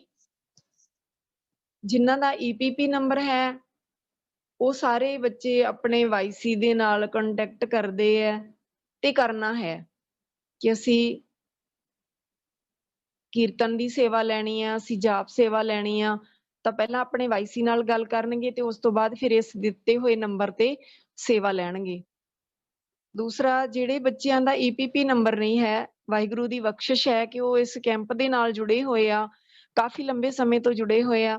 ਜਿਵੇਂ ਹੁਣੇ ਬੇਟੀ ਅਵਨੀਤ ਕੌਰ ਬੋਲ ਕੇ ਗਈ ਹੈ ਤੇ ਉਹ EPP ਨੰਬਰ ਨਹੀਂ ਹੈ, ਪਰ ਉਹ ਕਾਫੀ ਲੰਬੇ ਸਮੇਂ ਤੋਂ ਕਲਾਸ ਹੈ ਜਿਹੜੀ ਅਟੈਂਡ ਕਰ ਰਹੀ ਹੈ, ਕੈਂਪ ਅਟੈਂਡ ਕਰ ਰਹੀ ਹੈ ਆਪਣਾ। ਇਸੇ ਤਰ੍ਹਾਂ ਦੇ ਜਿਹੜੇ ਬੱਚੇ ਨੇ ਉਹ ਆਪਣੇ ਨਵਾਂ ਨੰਬਰ ਹੈ ਜਿਹੜਾ ਨੀਚੇ ਸਭ ਤੋਂ ਤੀਸਰਾ ਨੰਬਰ 78884 91761 ਵਾਲਾ ਨੰਬਰ ਨੋਟ ਕਰਨ। ਉਹਨਾਂ ਨੇ ਕੁਝ ਵੀ ਪੁੱਛਣਾ ਹੈ ਜਾਂ ਫੀਡਬੈਕ ਭੇਜਣੀ ਹੈ ਜਾਂ कोई भी अपना टॉपिक लैके विशा लैके दसना है नोट करवाउणा है तां ਉਹ इस नंबर ते करवाणगे जी क्योंकि ਉਹਨਾਂ ਨੂੰ ਵੀ ਇਨਾਮ ਦੇਣ ਦੇ ਲਈ ਸਾਨੂੰ ਕੋਈ ਪ੍ਰੋਬਲਮ ਨਾ ਆਵੇ ਉਹਨਾਂ ਦੀ ਅਟੈਂਡੈਂਸ ਵੀ ਉਸੇ ਤਰ੍ਹਾਂ ਲੱਗਦੀ ਰਵੇ ਇਹ ਗੁਰੂ ਜੀ ਦੀ ਬਖਸ਼ਿਸ਼ ਹੈ ਜਿਹੜੇ ਬੱਚੇ ਇਸ ਤਰ੍ਹਾਂ ਜੁੜਦੇ ਹਨ ਸੋ ਸਾਰੇ ਬੱਚੇ ਪਲੀਜ਼ ਇਹ ਨੋਟ ਕਰਨ ਜ਼ਰੂਰ ਧਿਆਨ ਦੇਣ ਜਾਪ ਦੀ ਸੇਵਾ ਕੀਰਤਨ ਦੀ ਸੇਵਾ ਸਾਰੇ ਬੱਚਿਆਂ ਨੇ ਲੈਣੀ ਆ ਪਰ ਆਪਣੇ ਵਾਈਸੀ ਦੇ ਥਰੂ ਲੈਣੀ ਆ ਕਿਉਂਕਿ ਤੁਹਾਡੇ ਵਾਈਸੀ ਨੂੰ ਪਤਾ ਹੋਵੇ ਕਿ ਤੁਸੀਂ ਕੀ ਬੋਲਣਾ ਚਾਹੁੰਦੇ ਆ ਤੇ ਉਹਨਾਂ ਤੋਂ ਪਹਿਲਾਂ ਚੈੱਕ ਕਰਵਾਇਆ ਜਾਵੇ ਕਿ ਅਸੀਂ ਆਹ ਬੋਲਣਾ ਚਾਹੁੰਦੇ ਆ ਪਹਿਲਾਂ ਉਹਨਾਂ ਨੂੰ ਦੱਸਿਆ ਜਾਵੇ ਕਿਹੜਾ ਟੌਪਿਕ ਬੋਲਣਾ ਹੈ ਕਿਸ ਵਿਸ਼ੇ ਤੇ ਬੋਲਣਾ ਹੈ ਆਪਣੇ ਵਾਈਸੀ ਨੂੰ ਦੱਸਿਆ ਜਾਵੇ ਜੀ ਸੋ ਬਹੁਤ ਬਹੁਤ ਧੰਨਵਾਦ ਜੀ ਹੁਣ ਆਪਾਂ ਦੂਸਰਾ ਸੈਸ਼ਨ ਲੈਣੇ ਆ ਜੀ ਅੱਜ ਦੂਸਰੇ ਸੈਸ਼ਨ ਦੇ ਵਿੱਚ ਜੁੜੇ ਹਨ EPP ਨੰਬਰ 11997 ਜੀ ਗੁਰਪਿੰਦਰ ਕੌਰ ਜੀ ਜੋਨ ਮਹਿਲ ਕਲਾਂ ਤੋਂ ਆਰਟਸ ਆਫ ਥਿੰਕਿੰਗ ਜਿਨ੍ਹਾਂ ਦਾ ਵਿਸ਼ਾ ਹੈ ਆਰਟਸ ਆਫ ਥਿੰਕਿੰਗ ਜੀ ਹਾਂਜੀ ਬੇਟਾ ਜੀ ਵਾਹਿਗੁਰੂ ਜੀ ਕਾ ਖਾਲਸਾ ਵਾਹਿਗੁਰੂ ਜੀ ਕੀ ਫਤਿਹ ਜੀ ਮੈਮ ਆਵਾਜ਼ ਆ ਰਹੀ ਹੈ ਜੀ ਹਾਂਜੀ ਹਾਂਜੀ ਆ ਰਹੀ ਸ਼ੁਰੂ ਕਰੋ ਬੇਟਾ ਸਭ ਤੋਂ ਪਹਿਲਾਂ ਤਾਂ ਮੈਂ ਅੰਕਲ ਜਸਵਿੰਦਰ ਸਿੰਘ ਖਾਲਸਾ ਜੀ ਵਾਈਸੀ ਮਲਕੀਤ ਸਿੰਘ ਜੀ ਤੇ ਮੈਮ ਸੁਰਿੰਦਰ ਕੌਰ ਜੀ ਦਾ ਬਹੁਤ ਬਹੁਤ ਧੰਨਵਾਦ ਕਰਦੀ ਹਾਂ ਕਿ ਉਹਨਾਂ ਨੇ ਸਾਨੂੰ ਬੋਲਣ ਲਈ ਪ੍ਰੇਰਿਤ ਕੀਤਾ ਤੇ ਮੌਕਾ ਦਿੱਤਾ PPT ਸ਼ੇਅਰ ਕਰ ਦਿਓ ਜੀ ਅੱਜ ਦਾ ਸਾਡਾ ਟੌਪਿਕ ਹੈ ਬੋਲਣ ਦਾ ਉਹ ਹੈ art of positive thinking Thinking is like a queen. A queen is not afraid to fail. Positive thinking की है ओफ्रा विनफ्रे जो कि ग्रेट राइटर ਹਨ ਉਹ ਕਹਿੰਦੇ ਹਨ thinking is like a queen ਕਿ ਜੋ ਸਾਡੀ ਸੋਚ ਹੈ ਉਹ queen ਦੀ ਤਰ੍ਹਾਂ ਹੁੰਦੀ ਹੈ a queen is not afraid to fail ਜੋ queen ਹੁੰਦੀ ਹੈ ਉਹ ਕਦੇ ਵੀ ਫੇਲ ਹੋਣ ਤੋਂ ਨਹੀਂ ਡਰਦੀ failure is another stepping stone to greatness ਜੋ ਫੇਲਿਅਰ ਹੁੰਦੀ ਹੈ ਅਸਫਲਤਾ ਉਹ ਮਹਾਨਤਾ ਲਈ ਸਾਡਾ ਇੱਕ ਹੋਰ ਕਦਮ ਹੁੰਦੀ ਹੈ ਨੈਕਸਟ ਸਲਾਈਡ ਕਰ ਦਿਓ ਜੀ what is positive thinking positive thinking ਹੁੰਦੀ ਕੀ ਹੈ positive thinking it is a mental attitude in which accept good and favorable result ਇਹ ਸਾਡੀ ਇੱਕ ਮਾਨਸਿਕ ਰਵੱਈਆ ਹੈ ਜਿੱਥੋਂ ਕਿ ਅਸੀਂ ਉਮੀਦ ਕਰਦੇ ਹਾਂ ਕਿ ਸਾਡਾ ਗੁੱਡ ਤੇ ਫੇਵਰੇਬਲ ਰਿਜ਼ਲਟ ਆਵੇ A positive mind wait for happiness, health and happy ending in any situation. ਜੇ ਸਾਡਾ ਮਾਈਂਡ ਪੋਜ਼ਿਟਿਵ ਹੋਏਗਾ ਤਾਂ ਅਸੀਂ ਕਿਸੇ ਵੀ ਸਿਚੁਏਸ਼ਨ ਨੂੰ ਈਜ਼ੀਲੀ ਹੈਂਡਲ ਕਰ ਸਕਦੇ ਹਾਂ ਤੇ ਹੈਪੀ ਰਹਿ ਸਕਦੇ ਹਾਂ We have around 60,000 thoughts a day, many of which comes and go so quickly that we are not aware of them. ਸਾਡੇ ਮਨ ਵਿੱਚ ਹਰ ਦਿਨ 60,000 ਦੇ ਕਰੀਬ ਥਾਟਸ ਆਉਂਦੇ ਹਨ ਵਿਚਾਰ ਆਉਂਦੇ ਹਨ ਜਿਨ੍ਹਾਂ ਬਾਰੇ ਅਸੀਂ ਸੋਚਦੇ ਰਹਿੰਦੇ ਹਾਂ ਪਰ ਸਾਨੂੰ ਪਤਾ ਨਹੀਂ ਲੱਗਦਾ ਸੋ ਸਟਾਰਟ ਸੈਲਫ ਟਾਕ ਆਪਣੇ ਨਾਲ ਗੱਲ ਕਰਨਾ ਸਟਾਰਟ ਕਰੀਏ ਨੈਕਸਟ ਕਰ ਦਿਓ ਜੀ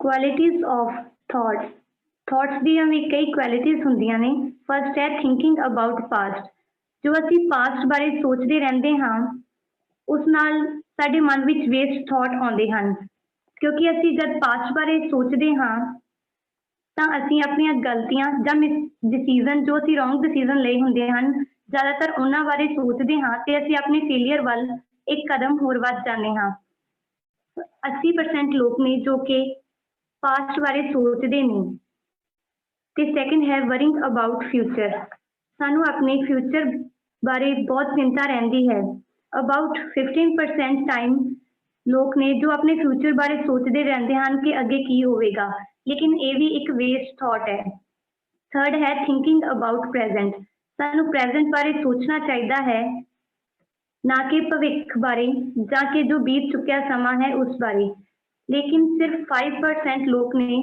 ਜੋ ਕਿ ਪ੍ਰੈਜ਼ੈਂਟ ਬਾਰੇ ਸੋਚਦੇ ਹਨ ਨੈਕਸਟ ਸਲਾਈਡ ਕਰ ਦਿਓ ਜੀ Positive thoughts भी कई टाइप्स से होंगे ने फर्स्ट है positive thoughts there are thoughts related to happiness peace love and purity जो साडे पॉजिटिव थॉट्स हुंदे ने वो साडी हैप्पीनेस नाल रिलेटेड हुंदे हन, पीस, लव एंड प्योरिटी नाल, जो कि सानू जिंदगी विच अगे वधन विच हेल्प करदे ने।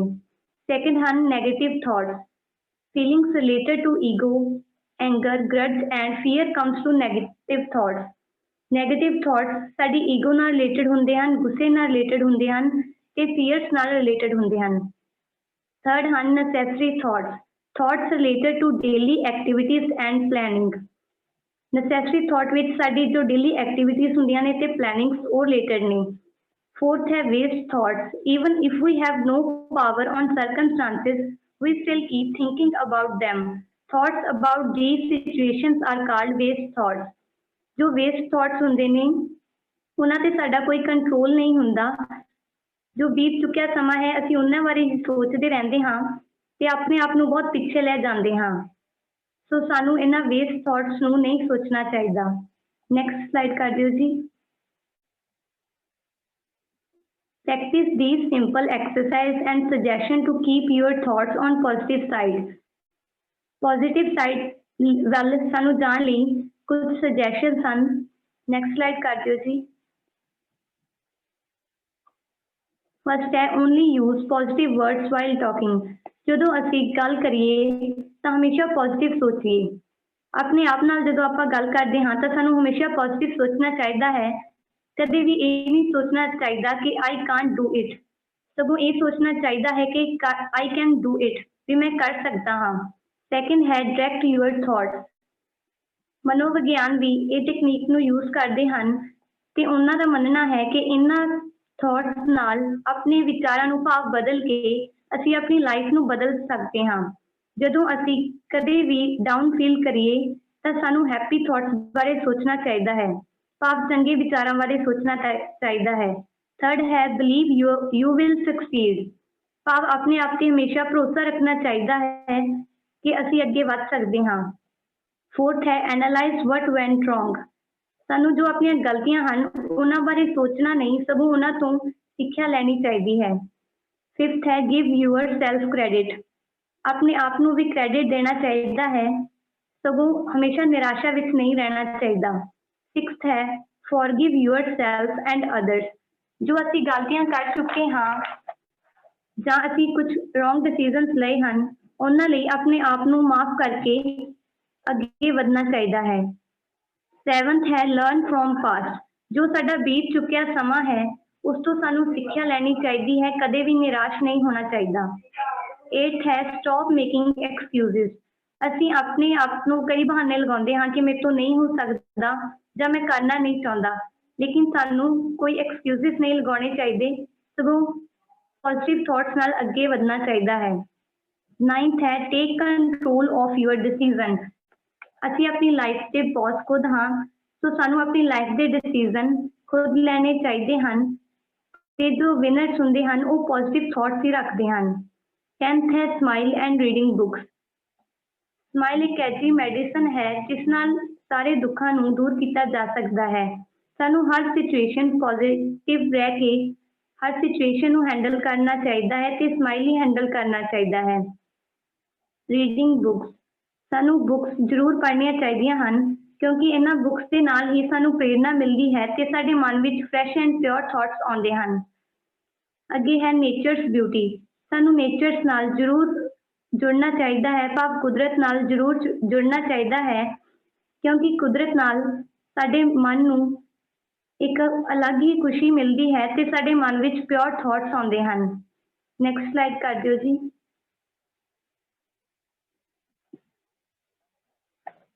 अगे है अरदास, सानू वाहिगुरू अगे हमेशा ये अरदास करनी चाहिए है कि परमात्मा अगे हमेशा सरबत दा भला मंगना चाहिए है ते हमेशा बाणी पढ़ते रहना चाहिए है क्योंकि ये भी एक बहुत ज़्यादा बेनिफिट है कि साडे मन विच प्योर थॉट्स आउणगे ते साडा मन कदे डोलेगा नहीं।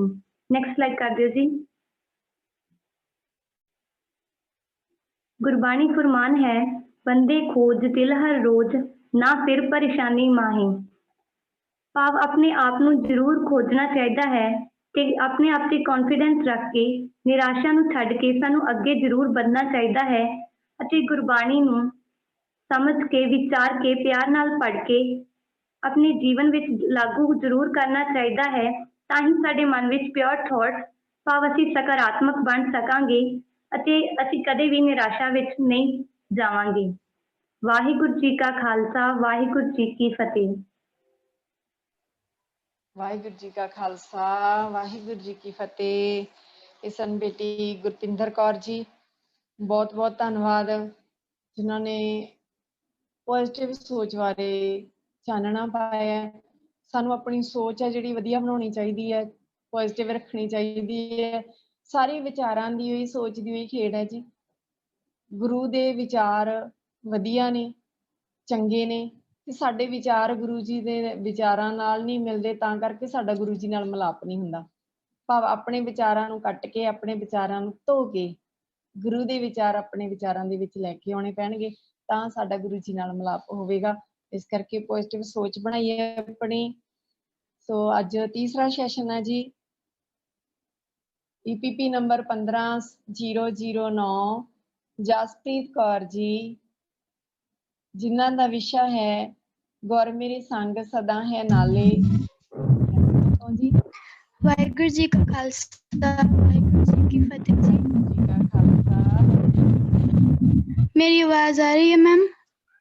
ਹਾਂਜੀ ਹਾਂਜੀ ਆ ਰਹੀ ਹੈ। ਹਾਂਜੀ, ਵਾਹਿਗੁਰੂ ਜੀ ਕਾ ਖਾਲਸਾ, ਵਾਹਿਗੁਰੂ ਜੀ ਕੀ ਫਤਿਹ ਜੀ। ਸਭ ਤੋਂ ਪਹਿਲਾਂ ਵਾਈਸੀ ਸੁਰਿੰਦਰ ਕੌਰ ਜੀ ਅਤੇ ਮਲਕੀਤ ਸਿੰਘ ਜੀ ਅਤੇ ਐਜੂਕੇਟ ਪੰਜਾਬ ਪ੍ਰੋਜੈਕਟ ਦੀ ਪੂਰੀ ਟੀਮ ਦਾ ਧੰਨਵਾਦ ਕਿ ਉਹਨਾਂ ਨੇ ਮੈਨੂੰ ਬੋਲਣ ਦਾ ਮੌਕਾ ਦਿੱਤਾ। ਅੱਜ ਦਾ ਸਾਡਾ ਟੌਪਿਕ ਹੈ ਗੁਰ ਮੇਰੇ ਸੰਗ ਸਦਾ ਹੈ ਨਾਲੇ। ਆਪਾਂ ਸਭ ਜਾਣਦੇ ਹਾਂ ਕਿ ਵਾਹਿਗੁਰੂ ਜੀ ਪਰਮਾਤਮਾ ਹਰ ਜਗ੍ਹਾ ਮੌਜੂਦ ਹਨ, ਹਰ ਜੀਵ ਵਿੱਚ, ਹਰ ਇਨਸਾਨ ਦੇ ਵਿੱਚ, ਮੇਰੇ ਵਿੱਚ ਵੀ ਹਨ ਅਤੇ ਤੁਹਾਡੇ ਵਿੱਚ ਵੀ ਹਨ, ਕਿਉਂਕਿ ਸਾਨੂੰ ਸਭ ਨੂੰ ਵਾਹਿਗੁਰੂ ਜੀ ਨੇ ਹੀ ਬਣਾਇਆ ਹੈ। ਉਹ ਹਮੇਸ਼ਾ ਸਾਡੇ ਅੰਦਰ ਹੁੰਦੇ ਹਨ, ਸਾਡੇ ਨਾਲ ਚੱਲਦੇ ਹਨ। ਗੁਰਬਾਣੀ ਫਰਮਾਨ ਹੈ, ਗੁਰ ਮੇਰੇ ਸੰਗ ਸਦਾ ਹੈ ਨਾਲੇ, ਸਿਮਰ ਸਿਮਰ ਤਿਸ ਸਦਾ ਸੰਭਾਲੇ। ਗੁਰੂ ਜੀ ਕਹਿੰਦੇ ਹਨ ਕਿ ਵਾਹਿਗੁਰੂ ਜੀ ਹਮੇਸ਼ਾ ਸਾਡੇ ਨਾਲ ਹੁੰਦੇ ਹਨ। ਅਸੀਂ ਉਹਨਾਂ ਦਾ ਨਾਮ ਸਿਮਰੀਏ ਤੇ ਸਾਡੇ ਸਾਰੇ ਡਰ ਦੂਰ ਹੋ ਜਾਣਗੇ। ਹਰ ਇਨਸਾਨ ਨੂੰ ਕਿਸੇ ਨਾ ਕਿਸੇ ਗੱਲ ਦੀ ਚਿੰਤਾ ਹੁੰਦੀ ਹੈ, ਕਿਸੇ ਨਾ ਕਿਸੇ ਗੱਲ ਦੀ ਡਰ ਹੁੰਦਾ ਹੈ। ਬੱਚਿਆਂ ਨੂੰ ਆਪਣੇ ਪੇਰੈਂਟਸ ਦਾ ਡਰ ਹੁੰਦਾ ਹੈ ਅਤੇ ਆਪਣੀ ਪੜ੍ਹਾਈ ਦਾ ਜਾਂ ਆਪਣੇ ਰਿਜ਼ਲਟ ਦਾ ਡਰ ਹੁੰਦਾ ਹੈ। ਪੇਰੈਂਟਸ ਨੂੰ ਬੱਚਿਆਂ ਦਾ ਡਰ ਹੁੰਦਾ ਹੈ, ਸਮਾਜ ਦਾ ਡਰ ਹੁੰਦਾ ਹੈ ਜਾਂ ਫਿਰ ਦੁਨੀਆ ਦਾ ਡਰ ਹੁੰਦਾ ਹੈ। ਕਈਆਂ ਨੂੰ ਇਹ ਡਰ ਲੱਗਦਾ ਹੈ ਕਿ ਲੋਕ ਮੇਰੇ ਬਾਰੇ ਕੀ ਕਹਿਣਗੇ। ਪਰ ਜੇ ਅਸੀਂ ਗੁਰਬਾਣੀ ਪੜ੍ਹਦੇ ਹੋਈਏ, ਗੁਰਬਾਣੀ ਦੇ ਅਰਥ ਸਮਝਦੇ ਹੋਈਏ ਤੇ ਉਸ ਤੇ ਅਮਲ ਕਰਦੇ ਹੋਈਏ, ਫਿਰ ਸਾਨੂੰ ਕਿਸੇ ਗੱਲ ਤੋਂ ਡਰ ਨਹੀਂ ਲੱਗਣਾ ਚਾਹੀਦਾ, ਕਿਸੇ ਗੱਲ ਦੀ ਚਿੰਤਾ ਨਹੀਂ ਹੋਣੀ ਚਾਹੀਦੀ। ਗੁਰੂ ਜੀ ਕਹਿੰਦੇ ਹਨ, ਨਾਨਕ ਚਿੰਤਾ ਮਤ ਕਰੋ, ਚਿੰਤਾ ਤਿਸ ਹੀ ਹੈ। ਗੁਰੂ ਜੀ ਸਾਨੂੰ ਸਮਝਾਉਂਦੇ ਹਨ ਕਿ ਤੂੰ ਚਿੰਤਾ ਨਾ ਕਰ, ਤੇਰੀ ਚਿੰਤਾ ਤੈਨੂੰ ਜੀਵਨ ਦੇਣ ਵਾਲੇ ਪਰਮਾਤਮਾ ਨੂੰ ਹੈ, ਤੈਨੂੰ ਬਣਾਉਣ ਵਾਲੇ ਪਰਮਾਤਮਾ ਨੂੰ ਤੇਰੀ ਚਿੰਤਾ ਹੈ। ਉਸਨੇ ਤੇਰੇ ਬਾਰੇ ਸਭ ਕੁਝ ਸੋਚ ਕੇ ਰੱਖਿਆ ਹੈ। ਜੇ ਅਸੀਂ ਇਸ ਪੰਕਤੀ ਨੂੰ ਯਾਦ ਰੱਖਾਂਗੇ, ਸਾਨੂੰ ਕਿਸੇ ਵੀ ਗੱਲ ਦੀ ਚਿੰਤਾ ਨਹੀਂ ਹੋਵੇਗੀ। ਸਾਨੂੰ ਬਹੁਤਿਆਂ ਨੂੰ ਡਰ ਲੱਗਦਾ ਹੈ, ਛੋਟੇ ਬੱਚਿਆਂ ਨੂੰ ਹਨੇਰੇ ਤੋਂ ਡਰ ਲੱਗਦਾ ਹੈ, ਕਿਸੇ ਨੂੰ ਆਪਣੇ ਪਰਿਵਾਰ ਤੋਂ ਡਰ ਲੱਗਦਾ ਹੈ, ਕਿਸੇ ਨੂੰ ਆਪਣੇ ਪੇਰੈਂਟਸ ਦਾ ਡਰ ਲੱਗਦਾ ਹੈ ਅਤੇ ਬਹੁਤਿਆਂ ਨੂੰ ਸਮਾਜ ਤੇ ਦੁਨੀਆ ਦਾ ਡਰ ਲੱਗਦਾ ਹੈ ਕਿ ਮੇਰੇ ਬਾਰੇ ਸਮਾਜ ਤੇ ਦੁਨੀਆ ਕੀ ਕਹਿਣਗੇ। ਪਰ ਸਾਨੂੰ ਪਤਾ ਹੈ ਕਿ ਵਾਹਿਗੁਰੂ ਜੀ ਹਮੇਸ਼ਾ ਸਾਡੇ ਨਾਲ ਹੁੰਦੇ ਹਨ ਅਤੇ ਅਸੀਂ ਕਿਸੇ ਤੋਂ ਡਰਨਾ ਨਹੀਂ ਹੈ। ਗੁਰੂ ਜੀ ਕਹਿੰਦੇ ਹਨ, ਜਿਨ ਨਿਰਭਉ ਜਿਨ ਹਰ ਨਿਰਭਉ ਧਿਆਇਆ ਜੀ, ਤਿਨ ਕਾ ਭਾਉ ਸਭ ਗਵਾਸੀ। ਕਿ ਜਿਸ ਨੇ ਉਸ ਵਾਹਿਗੁਰੂ ਅਕਾਲ ਪੁਰਖ ਪਰਮਾਤਮਾ ਜੋ ਡਰ ਤੋਂ ਰਹਿਤ ਹੈ, ਜਿਸ ਨੂੰ ਕਿਸੇ ਦਾ ਡਰ ਨਹੀਂ, ਜਿਸ ਨੇ ਉਸਦਾ ਨਾਮ ਸਿਮਰਿਆ ਹੈ, ਉਸਦਾ ਸਾਰਾ ਡਰ ਦੂਰ ਹੋ ਜਾਂਦਾ ਹੈ, ਉਸਦੀ ਸਾਰੀ ਚਿੰਤਾ, ਸਾਰਾ ਡਰ ਦੂਰ ਭੱਜ ਜਾਂਦਾ ਹੈ। ਜੇ ਅੱਜ ਕੱਲ੍ਹ ਜਿਵੇਂ ਬੱਚੇ ਹੁੰਦੇ ਹਨ, ਉਹਨਾਂ ਨੂੰ ਬਹੁਤ ਡਰ ਲੱਗਦਾ ਹੈ ਕਿਸੇ ਨੂੰ ਹਨੇਰੇ ਤੋਂ, ਜਾਂ ਕਈ ਬੱਚੇ ਰਾਤ ਨੂੰ ਬਹੁਤ ਡਰਦੇ ਹਨ ਕਿਉਂਕਿ ਉਹਨਾਂ ਦੇ ਪੇਰੈਂਟਸ ਉਹਨਾਂ ਨੂੰ ਗੁਰਬਾਣੀ ਦੇ ਨਾਲ ਨਹੀਂ ਜੋੜਦੇ। ਉਹ ਗੁਰਬਾਣੀ ਦੇ ਨਾਲ ਨਹੀਂ ਜੁੜੇ ਹੁੰਦੇ ਅਤੇ ਉਹਨਾਂ ਨੂੰ ਗੁਰਬਾਣੀ ਦੇ ਅਰਥ ਨਹੀਂ ਪਤਾ ਹੁੰਦੇ, ਇਸ ਲਈ ਉਹ ਹਮੇਸ਼ਾ ਡਰਦੇ ਰਹਿੰਦੇ ਹਨ। ਜੇ ਪੇਰੈਂਟਸ ਨੇ ਉਹਨਾਂ ਨੂੰ ਗੁਰਬਾਣੀ ਦੇ ਨਾਲ ਜੋੜਿਆ ਹੋਵੇ ਤਾਂ ਉਹਨਾਂ ਨੂੰ ਕਿਸੇ ਵੀ ਗੱਲ ਦਾ ਡਰ ਨਹੀਂ ਲੱਗੂਗਾ, ਕਿਉਂਕਿ ਉਹਨਾਂ ਨੂੰ ਪਤਾ ਹੈ ਕਿ ਗੁਰੂ ਜੀ ਉਹਨਾਂ ਦੇ ਨਾਲ ਹਨ ਅਤੇ ਉਹਨਾਂ ਨੂੰ ਕਿਸੇ ਗੱਲ ਤੋਂ ਡਰਨ ਦੀ ਲੋੜ ਨਹੀਂ। ਉਹਨਾਂ ਨੂੰ ਪਤਾ ਹੋਵੇਗਾ ਕਿ ਗੁਰੂ ਜੀ ਹਮੇਸ਼ਾ ਉਹਨਾਂ ਦੀ ਰੱਖਿਆ ਕਰਦੇ ਹਨ। ਇਸ ਲਈ ਸਾਨੂੰ ਹਮੇਸ਼ਾ ਵਾਹਿਗੁਰੂ ਜੀ ਨੂੰ ਆਪਣੇ ਅੰਗ ਸੰਗ ਜਾਣਨਾ ਚਾਹੀਦਾ ਹੈ ਅਤੇ ਆਪਣੇ ਅੰਦਰ ਮਹਿਸੂਸ ਕਰਨਾ ਚਾਹੀਦਾ ਹੈ। ਇਸ ਨਾਲ ਸਾਨੂੰ ਕਦੇ ਵੀ ਕਿਸੇ ਗੱਲ ਤੋਂ ਡਰ ਨਹੀਂ ਲੱਗੇਗਾ ਅਤੇ ਕਿਸੇ ਵੀ ਗੱਲ ਦੀ ਚਿੰਤਾ ਨਹੀਂ ਹੋਵੇਗੀ। ਨਾਲ ਨਾਲ ਸਾਡੇ ਦੁੱਖ ਵੀ ਸੁੱਖ ਲੱਗਣਗੇ।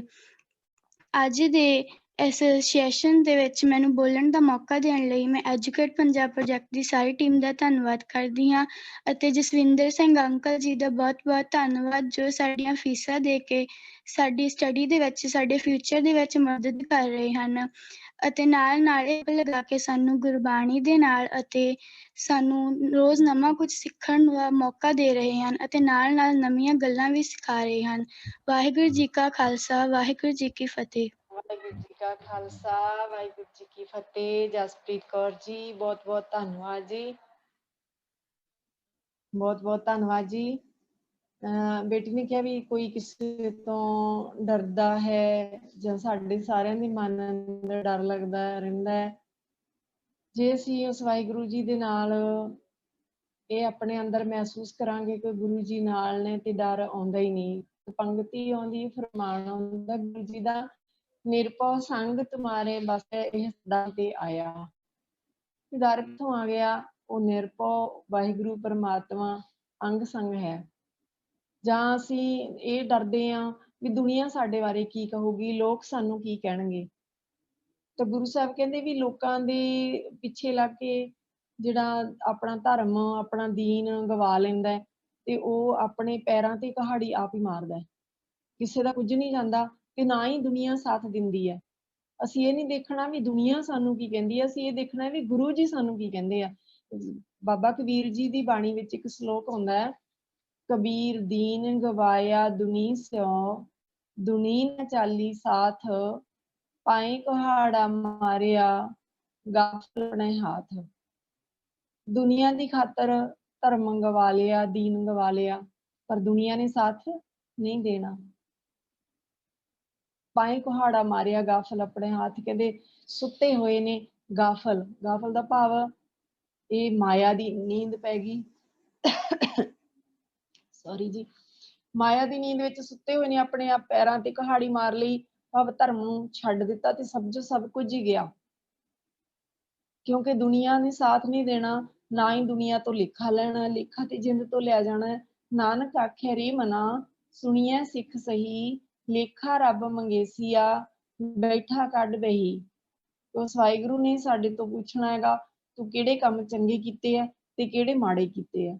ਇਸ ਕਰਕੇ ਸਾਨੂੰ ਆਪ ਨੂੰ, ਸਾਡੀ ਜਿੰਦ ਨੂੰ ਜਵਾਬ ਦੇਣਾ ਪੈਣਾ ਕਿ ਮੈਂ ਸੰਸਾਰ ਤੇ ਆ ਕੇ ਕਿਹੜੇ ਭਲੇ ਦੇ ਕੰਮ ਕੀਤੇ ਆ, ਕਿਹੜੇ ਬੁਰੇ ਦੇ ਕੰਮ ਕੀਤੇ ਆ। ਸੋ ਅਸੀਂ ਜਿਵੇਂ ਪੋਜ਼ਿਟਿਵ ਸੋਚ ਰੱਖ ਕੇ ਭਲੇ ਦੇ ਕੰਮ ਕਰਕੇ ਤੇ ਇੱਕ ਪਰਮਾਤਮਾ ਦਾ ਨਾਮ ਜਪਣਾ ਕਰੀਏ। ਸਤਿਗੁਰੂ ਜੀ ਕਹਿੰਦੇ ਦੁਨੀਆ ਨੇ ਸਾਥ ਨਹੀਂ ਦੇਣਾ। ਇਸ ਕਰਕੇ ਇਹ ਨਾ ਸੋਚੀਏ ਕਿ ਸਾਨੂੰ ਕਿਹਨੇ ਪੁੱਛਣਾ ਹੈਗਾ। ਅੱਜ ਤੇ ਸਾਡੇ ਨਾ ਮੰਮੀ ਡੈਡੀ ਨੂੰ ਪਤਾ ਲੱਗਿਆ, ਨਾ ਕਿਸੇ ਨੂੰ ਹੋਰ ਪਤਾ ਲੱਗਿਆ, ਮੈਂ ਏਡਾ ਵੱਡਾ ਝੂਠ ਬੋਲਿਆ ਜਾਂ ਮੈਂ ਆਹ ਕੰਮ ਕੀਤਾ, ਕਿਸੇ ਨੂੰ ਪਤਾ ਹੀ ਨਹੀਂ ਚੱਲਿਆ। ਤਾਂ ਗੁਰੂ ਸਾਹਿਬ ਕਹਿੰਦੇ ਇਹ ਥੋੜਾ ਹੁੰਦਾ ਵੀ ਅੱਜ ਕਿਸੇ ਨੂੰ ਪਤਾ ਨਹੀਂ ਚੱਲਿਆ ਤੇ ਵੀਰ ਹੁਣ ਕਿਸੇ ਨੂੰ ਵੀ ਨਹੀਂ ਪਤਾ ਲੱਗਣਾਗਾ। ਵੀ ਬਸ ਦਿਨ ਗਿਆ, ਇੱਕ ਦਿਨ ਲੰਘ ਗਿਆ, 2 ਦਿਨ ਲੰਘ ਗਏ, 4 ਦਿਨ ਲੰਘ ਗਏ, ਕਿਸੇ ਨੂੰ ਪਤਾ ਹੀ ਨਹੀਂ ਲੱਗਿਆ। ਪਰ ਨਹੀਂ, ਇੱਕ ਹੈਗਾ ਜਿਹੜਾ ਜਾਣਦਾ ਹੈ, ਕਿਹੜਾ? ਗੁਰੂ ਜੀ ਜਾਣਦੇ ਆ, ਉਹ ਪਰਮਾਤਮਾ ਜੀ ਜਾਣਦੇ ਆ, ਕਿਉਂਕਿ ਉਹ ਸਾਡੇ ਅੰਤਰਜਾਮੀ ਨੇ, ਸਾਡੇ ਅੰਦਰ ਦੀਆਂ ਜਾਣਨ ਵਾਲੇ ਨੇ, ਉਹ ਜਾਣਦੇ ਆ। ਤੇ ਤਾਂ ਹੀ ਸਤਿਗੁਰੂ ਜੀ ਕਹਿੰਦੇ ਨਾਨਕ ਆਖਿਆ ਰੇ ਮਨਾ, ਮਨ ਨੂੰ ਸੰਬੋਧਨ ਕਰਕੇ ਕਹਿੰਦੇ ਨਾ, ਇਹ ਮਨਾ ਇਹ ਸਹੀ ਸਿੱਖਿਆ ਸੁਣ, ਸੱਚੀ ਸਿੱਖਿਆ ਸੁਣ। ਨਾਨਕ ਆਖਿਆ ਰੇ ਮਨਾ, ਸੁਣੀਐ ਸਿੱਖ ਸਹੀ, ਲੇਖਾ ਰੱਬ ਮੰਗੇਸੀਆ, ਬੈਠਾ ਕੱਢ ਬਹੀ। ਮੇਰੇ ਮਨਾ ਆ ਸੱਚੀ ਸਿੱਖਿਆ ਸੁਣ ਲੈ, ਤੇਥੋਂ ਰੱਬ ਨੇ ਲੇਖਾ ਮੰਗਣਾ ਹੈ। ਕਿਹੜਾ ਕੰਮ ਚੰਗਾ ਕੀਤਾ, ਕਿਹੜਾ ਬੁਰਾ ਕੀਤਾ, ਉਹ ਸਭ ਜਾਣਦਾ ਹੈ। ਠੀਕ ਹੈ ਜੀ। ਸੋ ਆਪਾਂ ਗੁਰੂ ਨਾਲ ਜੁੜ ਕੇ ਦੁਨੀਆ ਵਿੱਚ ਵਿਚਰਦੇ ਹਾਂ, ਭਲੇ ਦੇ ਕੰਮ ਕਰਨੇ ਆ, ਦੁਨੀਆ ਦੇ ਪਿੱਛੇ ਚੱਲ ਕੇ ਨਹੀਂ, ਗੁਰੂ ਦੇ ਪਿੱਛੇ ਚੱਲ ਕੇ। ਸੋ ਬੇਨਤੀ ਹੈ ਜੀ ਭੈਣ ਜੀ ਜਸਪ੍ਰੀਤ ਕੌਰ ਜੀ ਨੂੰ ਕਿ ਹੁਣ ਸਮਾਪਤੀ ਕਰੀਏ ਜਾਂ ਆਪਾਂ ਕੁਝ ਹੈਂਡ ਰੇਜ਼ ਲੈਣੇ ਆ ਜਾਂ ਤੁਸੀਂ ਕੋਈ ਅਨਾਉਂਸਮੈਂਟ ਵਗੈਰਾ ਕਰਨੀ ਹੈ ਜੀ? ਭੈਣ ਜੀ ਇੱਕ ਅਨਾਉਂਸਮੈਂਟ ਹੈਗੀ ਹੈ ਜੀ। ਹਾਂਜੀ ਭੈਣ ਜੀ। ਪਹਿਲਾਂ ਬੱਚੇ ਫਰਮਾਨ ਨੋਟ ਕਰ ਲੈਣ ਭੈਣ ਜੀ ਨੇ ਜਿਹੜਾ ਬੋਲਿਆ। ਹਾਂਜੀ, ਨਾਨਕ ਆਖੈ ਰੇ ਮਨਾ ਸੁਣੀਐ ਸਿੱਖ ਸਹੀ, ਲੇਖਾ ਰੱਬ ਮੰਗੇਸੀਆ ਬੈਠਾ ਕੱਢ ਬਹੀ। ਆਸ ਕਰਦੇ ਹਾਂ ਸਾਰੇ ਬੱਚਿਆਂ ਨੇ ਨੋਟ ਕਰ ਲਿਆ ਹੋਏਗਾ। ਰਾਮਕਲੀ ਰਾਗ ਦੇ ਵਿੱਚ ਗੁਰੂ ਨਾਨਕ ਦੇਵ ਜੀ ਦਾ ਫਰਮਾਨ ਹੈਗਾ। ਵਾਹਿਗੁਰੂ ਜੀ ਕਾ ਖਾਲਸਾ, ਵਾਹਿਗੁਰੂ ਜੀ ਕੀ ਫਤਿਹ ਜੀ। ਹੈਂਡ ਰੇਜ਼ ਨੇ ਜੀ ਆਪਾਂ ਉਹ ਲੈ ਲਈਏ ਭੈਣ ਜੀ ਤੋਂ, ਜਿੰਨਾ ਕੁ ਸਮਾਂ ਬੱਚੇ ਅਟੈਂਡੈਂਸ ਲਗਾਉਂਦੇ ਆ ਹੈਂਡ ਰੇਜ਼ ਲੈ ਲਈਏ ਜੀ। ਵਾਹਿਗੁਰੂ ਜੀ ਕਾ ਖਾਲਸਾ, ਵਾਹਿਗੁਰੂ ਜੀ ਕੀ ਫਤਿਹ। ਵਾਹਿਗੁਰੂ ਜੀ ਕਾ ਖਾਲਸਾ, ਵਾਹਿਗੁਰੂ ਜੀ मैम ਕੀ मेरी ਫਤਿਹ। आवाज आ रही है?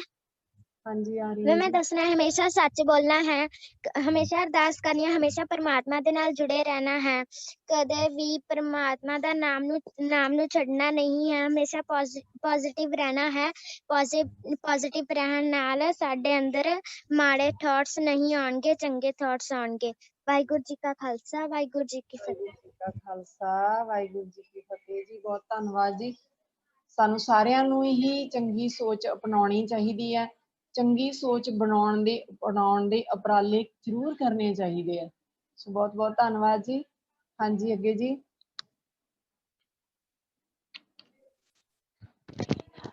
ਮੈਮ ਵਾਹਿਗੁਰੂ ਜੀ ਕਾ ਖਾਲਸਾ, ਵਾਹਿਗੁਰੂ ਜੀ ਕੀ ਫਤਿਹ ਜੀ। ਵਾਹਿਗੁਰੂ ਜੀ ਕਾ ਖਾਲਸਾ, ਵਾਹਿਗੁਰੂ ਜੀ ਕੀ ਫਤਿਹ ਜੀ। ਮੈਮ ਮੈਂ ਇਹ ਕਹਿਣਾ ਚਾਹੁੰਦੀ ਸੀਗੀ ਕਿ ਸਾਨੂੰ ਹਮੇਸ਼ਾ ਸ਼ੇਅਰ ਕਰਕੇ ਚੀਜ਼ ਖਾਣੀ ਚਾਹੀਦੀ ਹੈ, ਕਦੇ ਵੀ ਮੇਰੇ ਕੋਲ ਨਾ ਘੱਟ ਰਹਿ ਜੇ ਇਹ ਨਹੀਂ ਕਹਿਣਾ ਚਾਹੀਦਾ। ਵਾਹਿਗੁਰੂ ਜੀ ਕਾ ਖਾਲਸਾ, ਵਾਹਿਗੁਰੂ ਜੀ ਕੀ ਫਤਿਹ ਜੀ। ਬਹੁਤ ਵਧੀਆ ਸੋਚ ਹੈ ਜੀ, ਇਦਾਂ ਦੀ ਹੋਣੀ ਚਾਹੀਦੀ ਹੈ। ਜੇ ਸਾਡੀਆਂ ਸਰਕਾਰਾਂ ਦੀ ਤੇ ਹਰ ਸਟੋਰ ਵਾਲਿਆਂ ਦੀ ਸੋਚ ਇਹ ਹੋ ਜਾਵੇ ਤਾਂ ਸੱਚਮੁੱਚ ਹੈ ਸਾਡੇ ਧਰਤੀ ਦੇ ਵਿੱਚੋਂ ਇੰਨਾ ਕੁਝ ਉਪਜਦਾ ਹੈ ਕਿ ਕਦੇ ਵੀ ਸੰਸਾਰ ਤੇ ਕੋਈ ਭੁੱਖਾ ਨਾ ਰਵੇ, ਕਦੇ ਵੀ ਕਿਸੇ ਨੂੰ ਕੋਈ ਘਾਟਾ ਨਾ ਪਵੇ। ਜਦੋਂ ਸਾਡੀ ਸੋਚ ਇਹ ਬਣ ਜਾਂਦੀ ਕਿ ਮੈਂ ਆਪਣੇ ਲਈ ਇਕੱਠਾ ਕਰ ਲਵਾਂ ਸਾਰਾ, ਤਾਂ ਫਿਰ ਬਹੁਤ ਸਾਰੇ ਲੋਕਾਂ ਦੇ ਹਿੱਸੇ ਵੀ ਆਪਣੇ ਜੇਬ ਦੇ ਵਿੱਚ, ਆਪਣੇ ਸਟੋਰਾਂ ਦੇ ਵਿੱਚ ਸਟੋਰ ਕਰਕੇ ਰੱਖੇ ਜਾਂਦੇ ਆ। ਸੋ ਇਹ ਬਹੁਤ ਵਧੀਆ ਸੋਚ ਹੈ ਜੇ ਸਾਰਿਆਂ ਦੀ ਬਣ ਜਾਵੇ। ਹਾਂਜੀ ਅੱਗੇ ਜੀ। ਵਾਹਿਗੁਰੂ ਜੀ ਕੀ ਫਤਿਹ।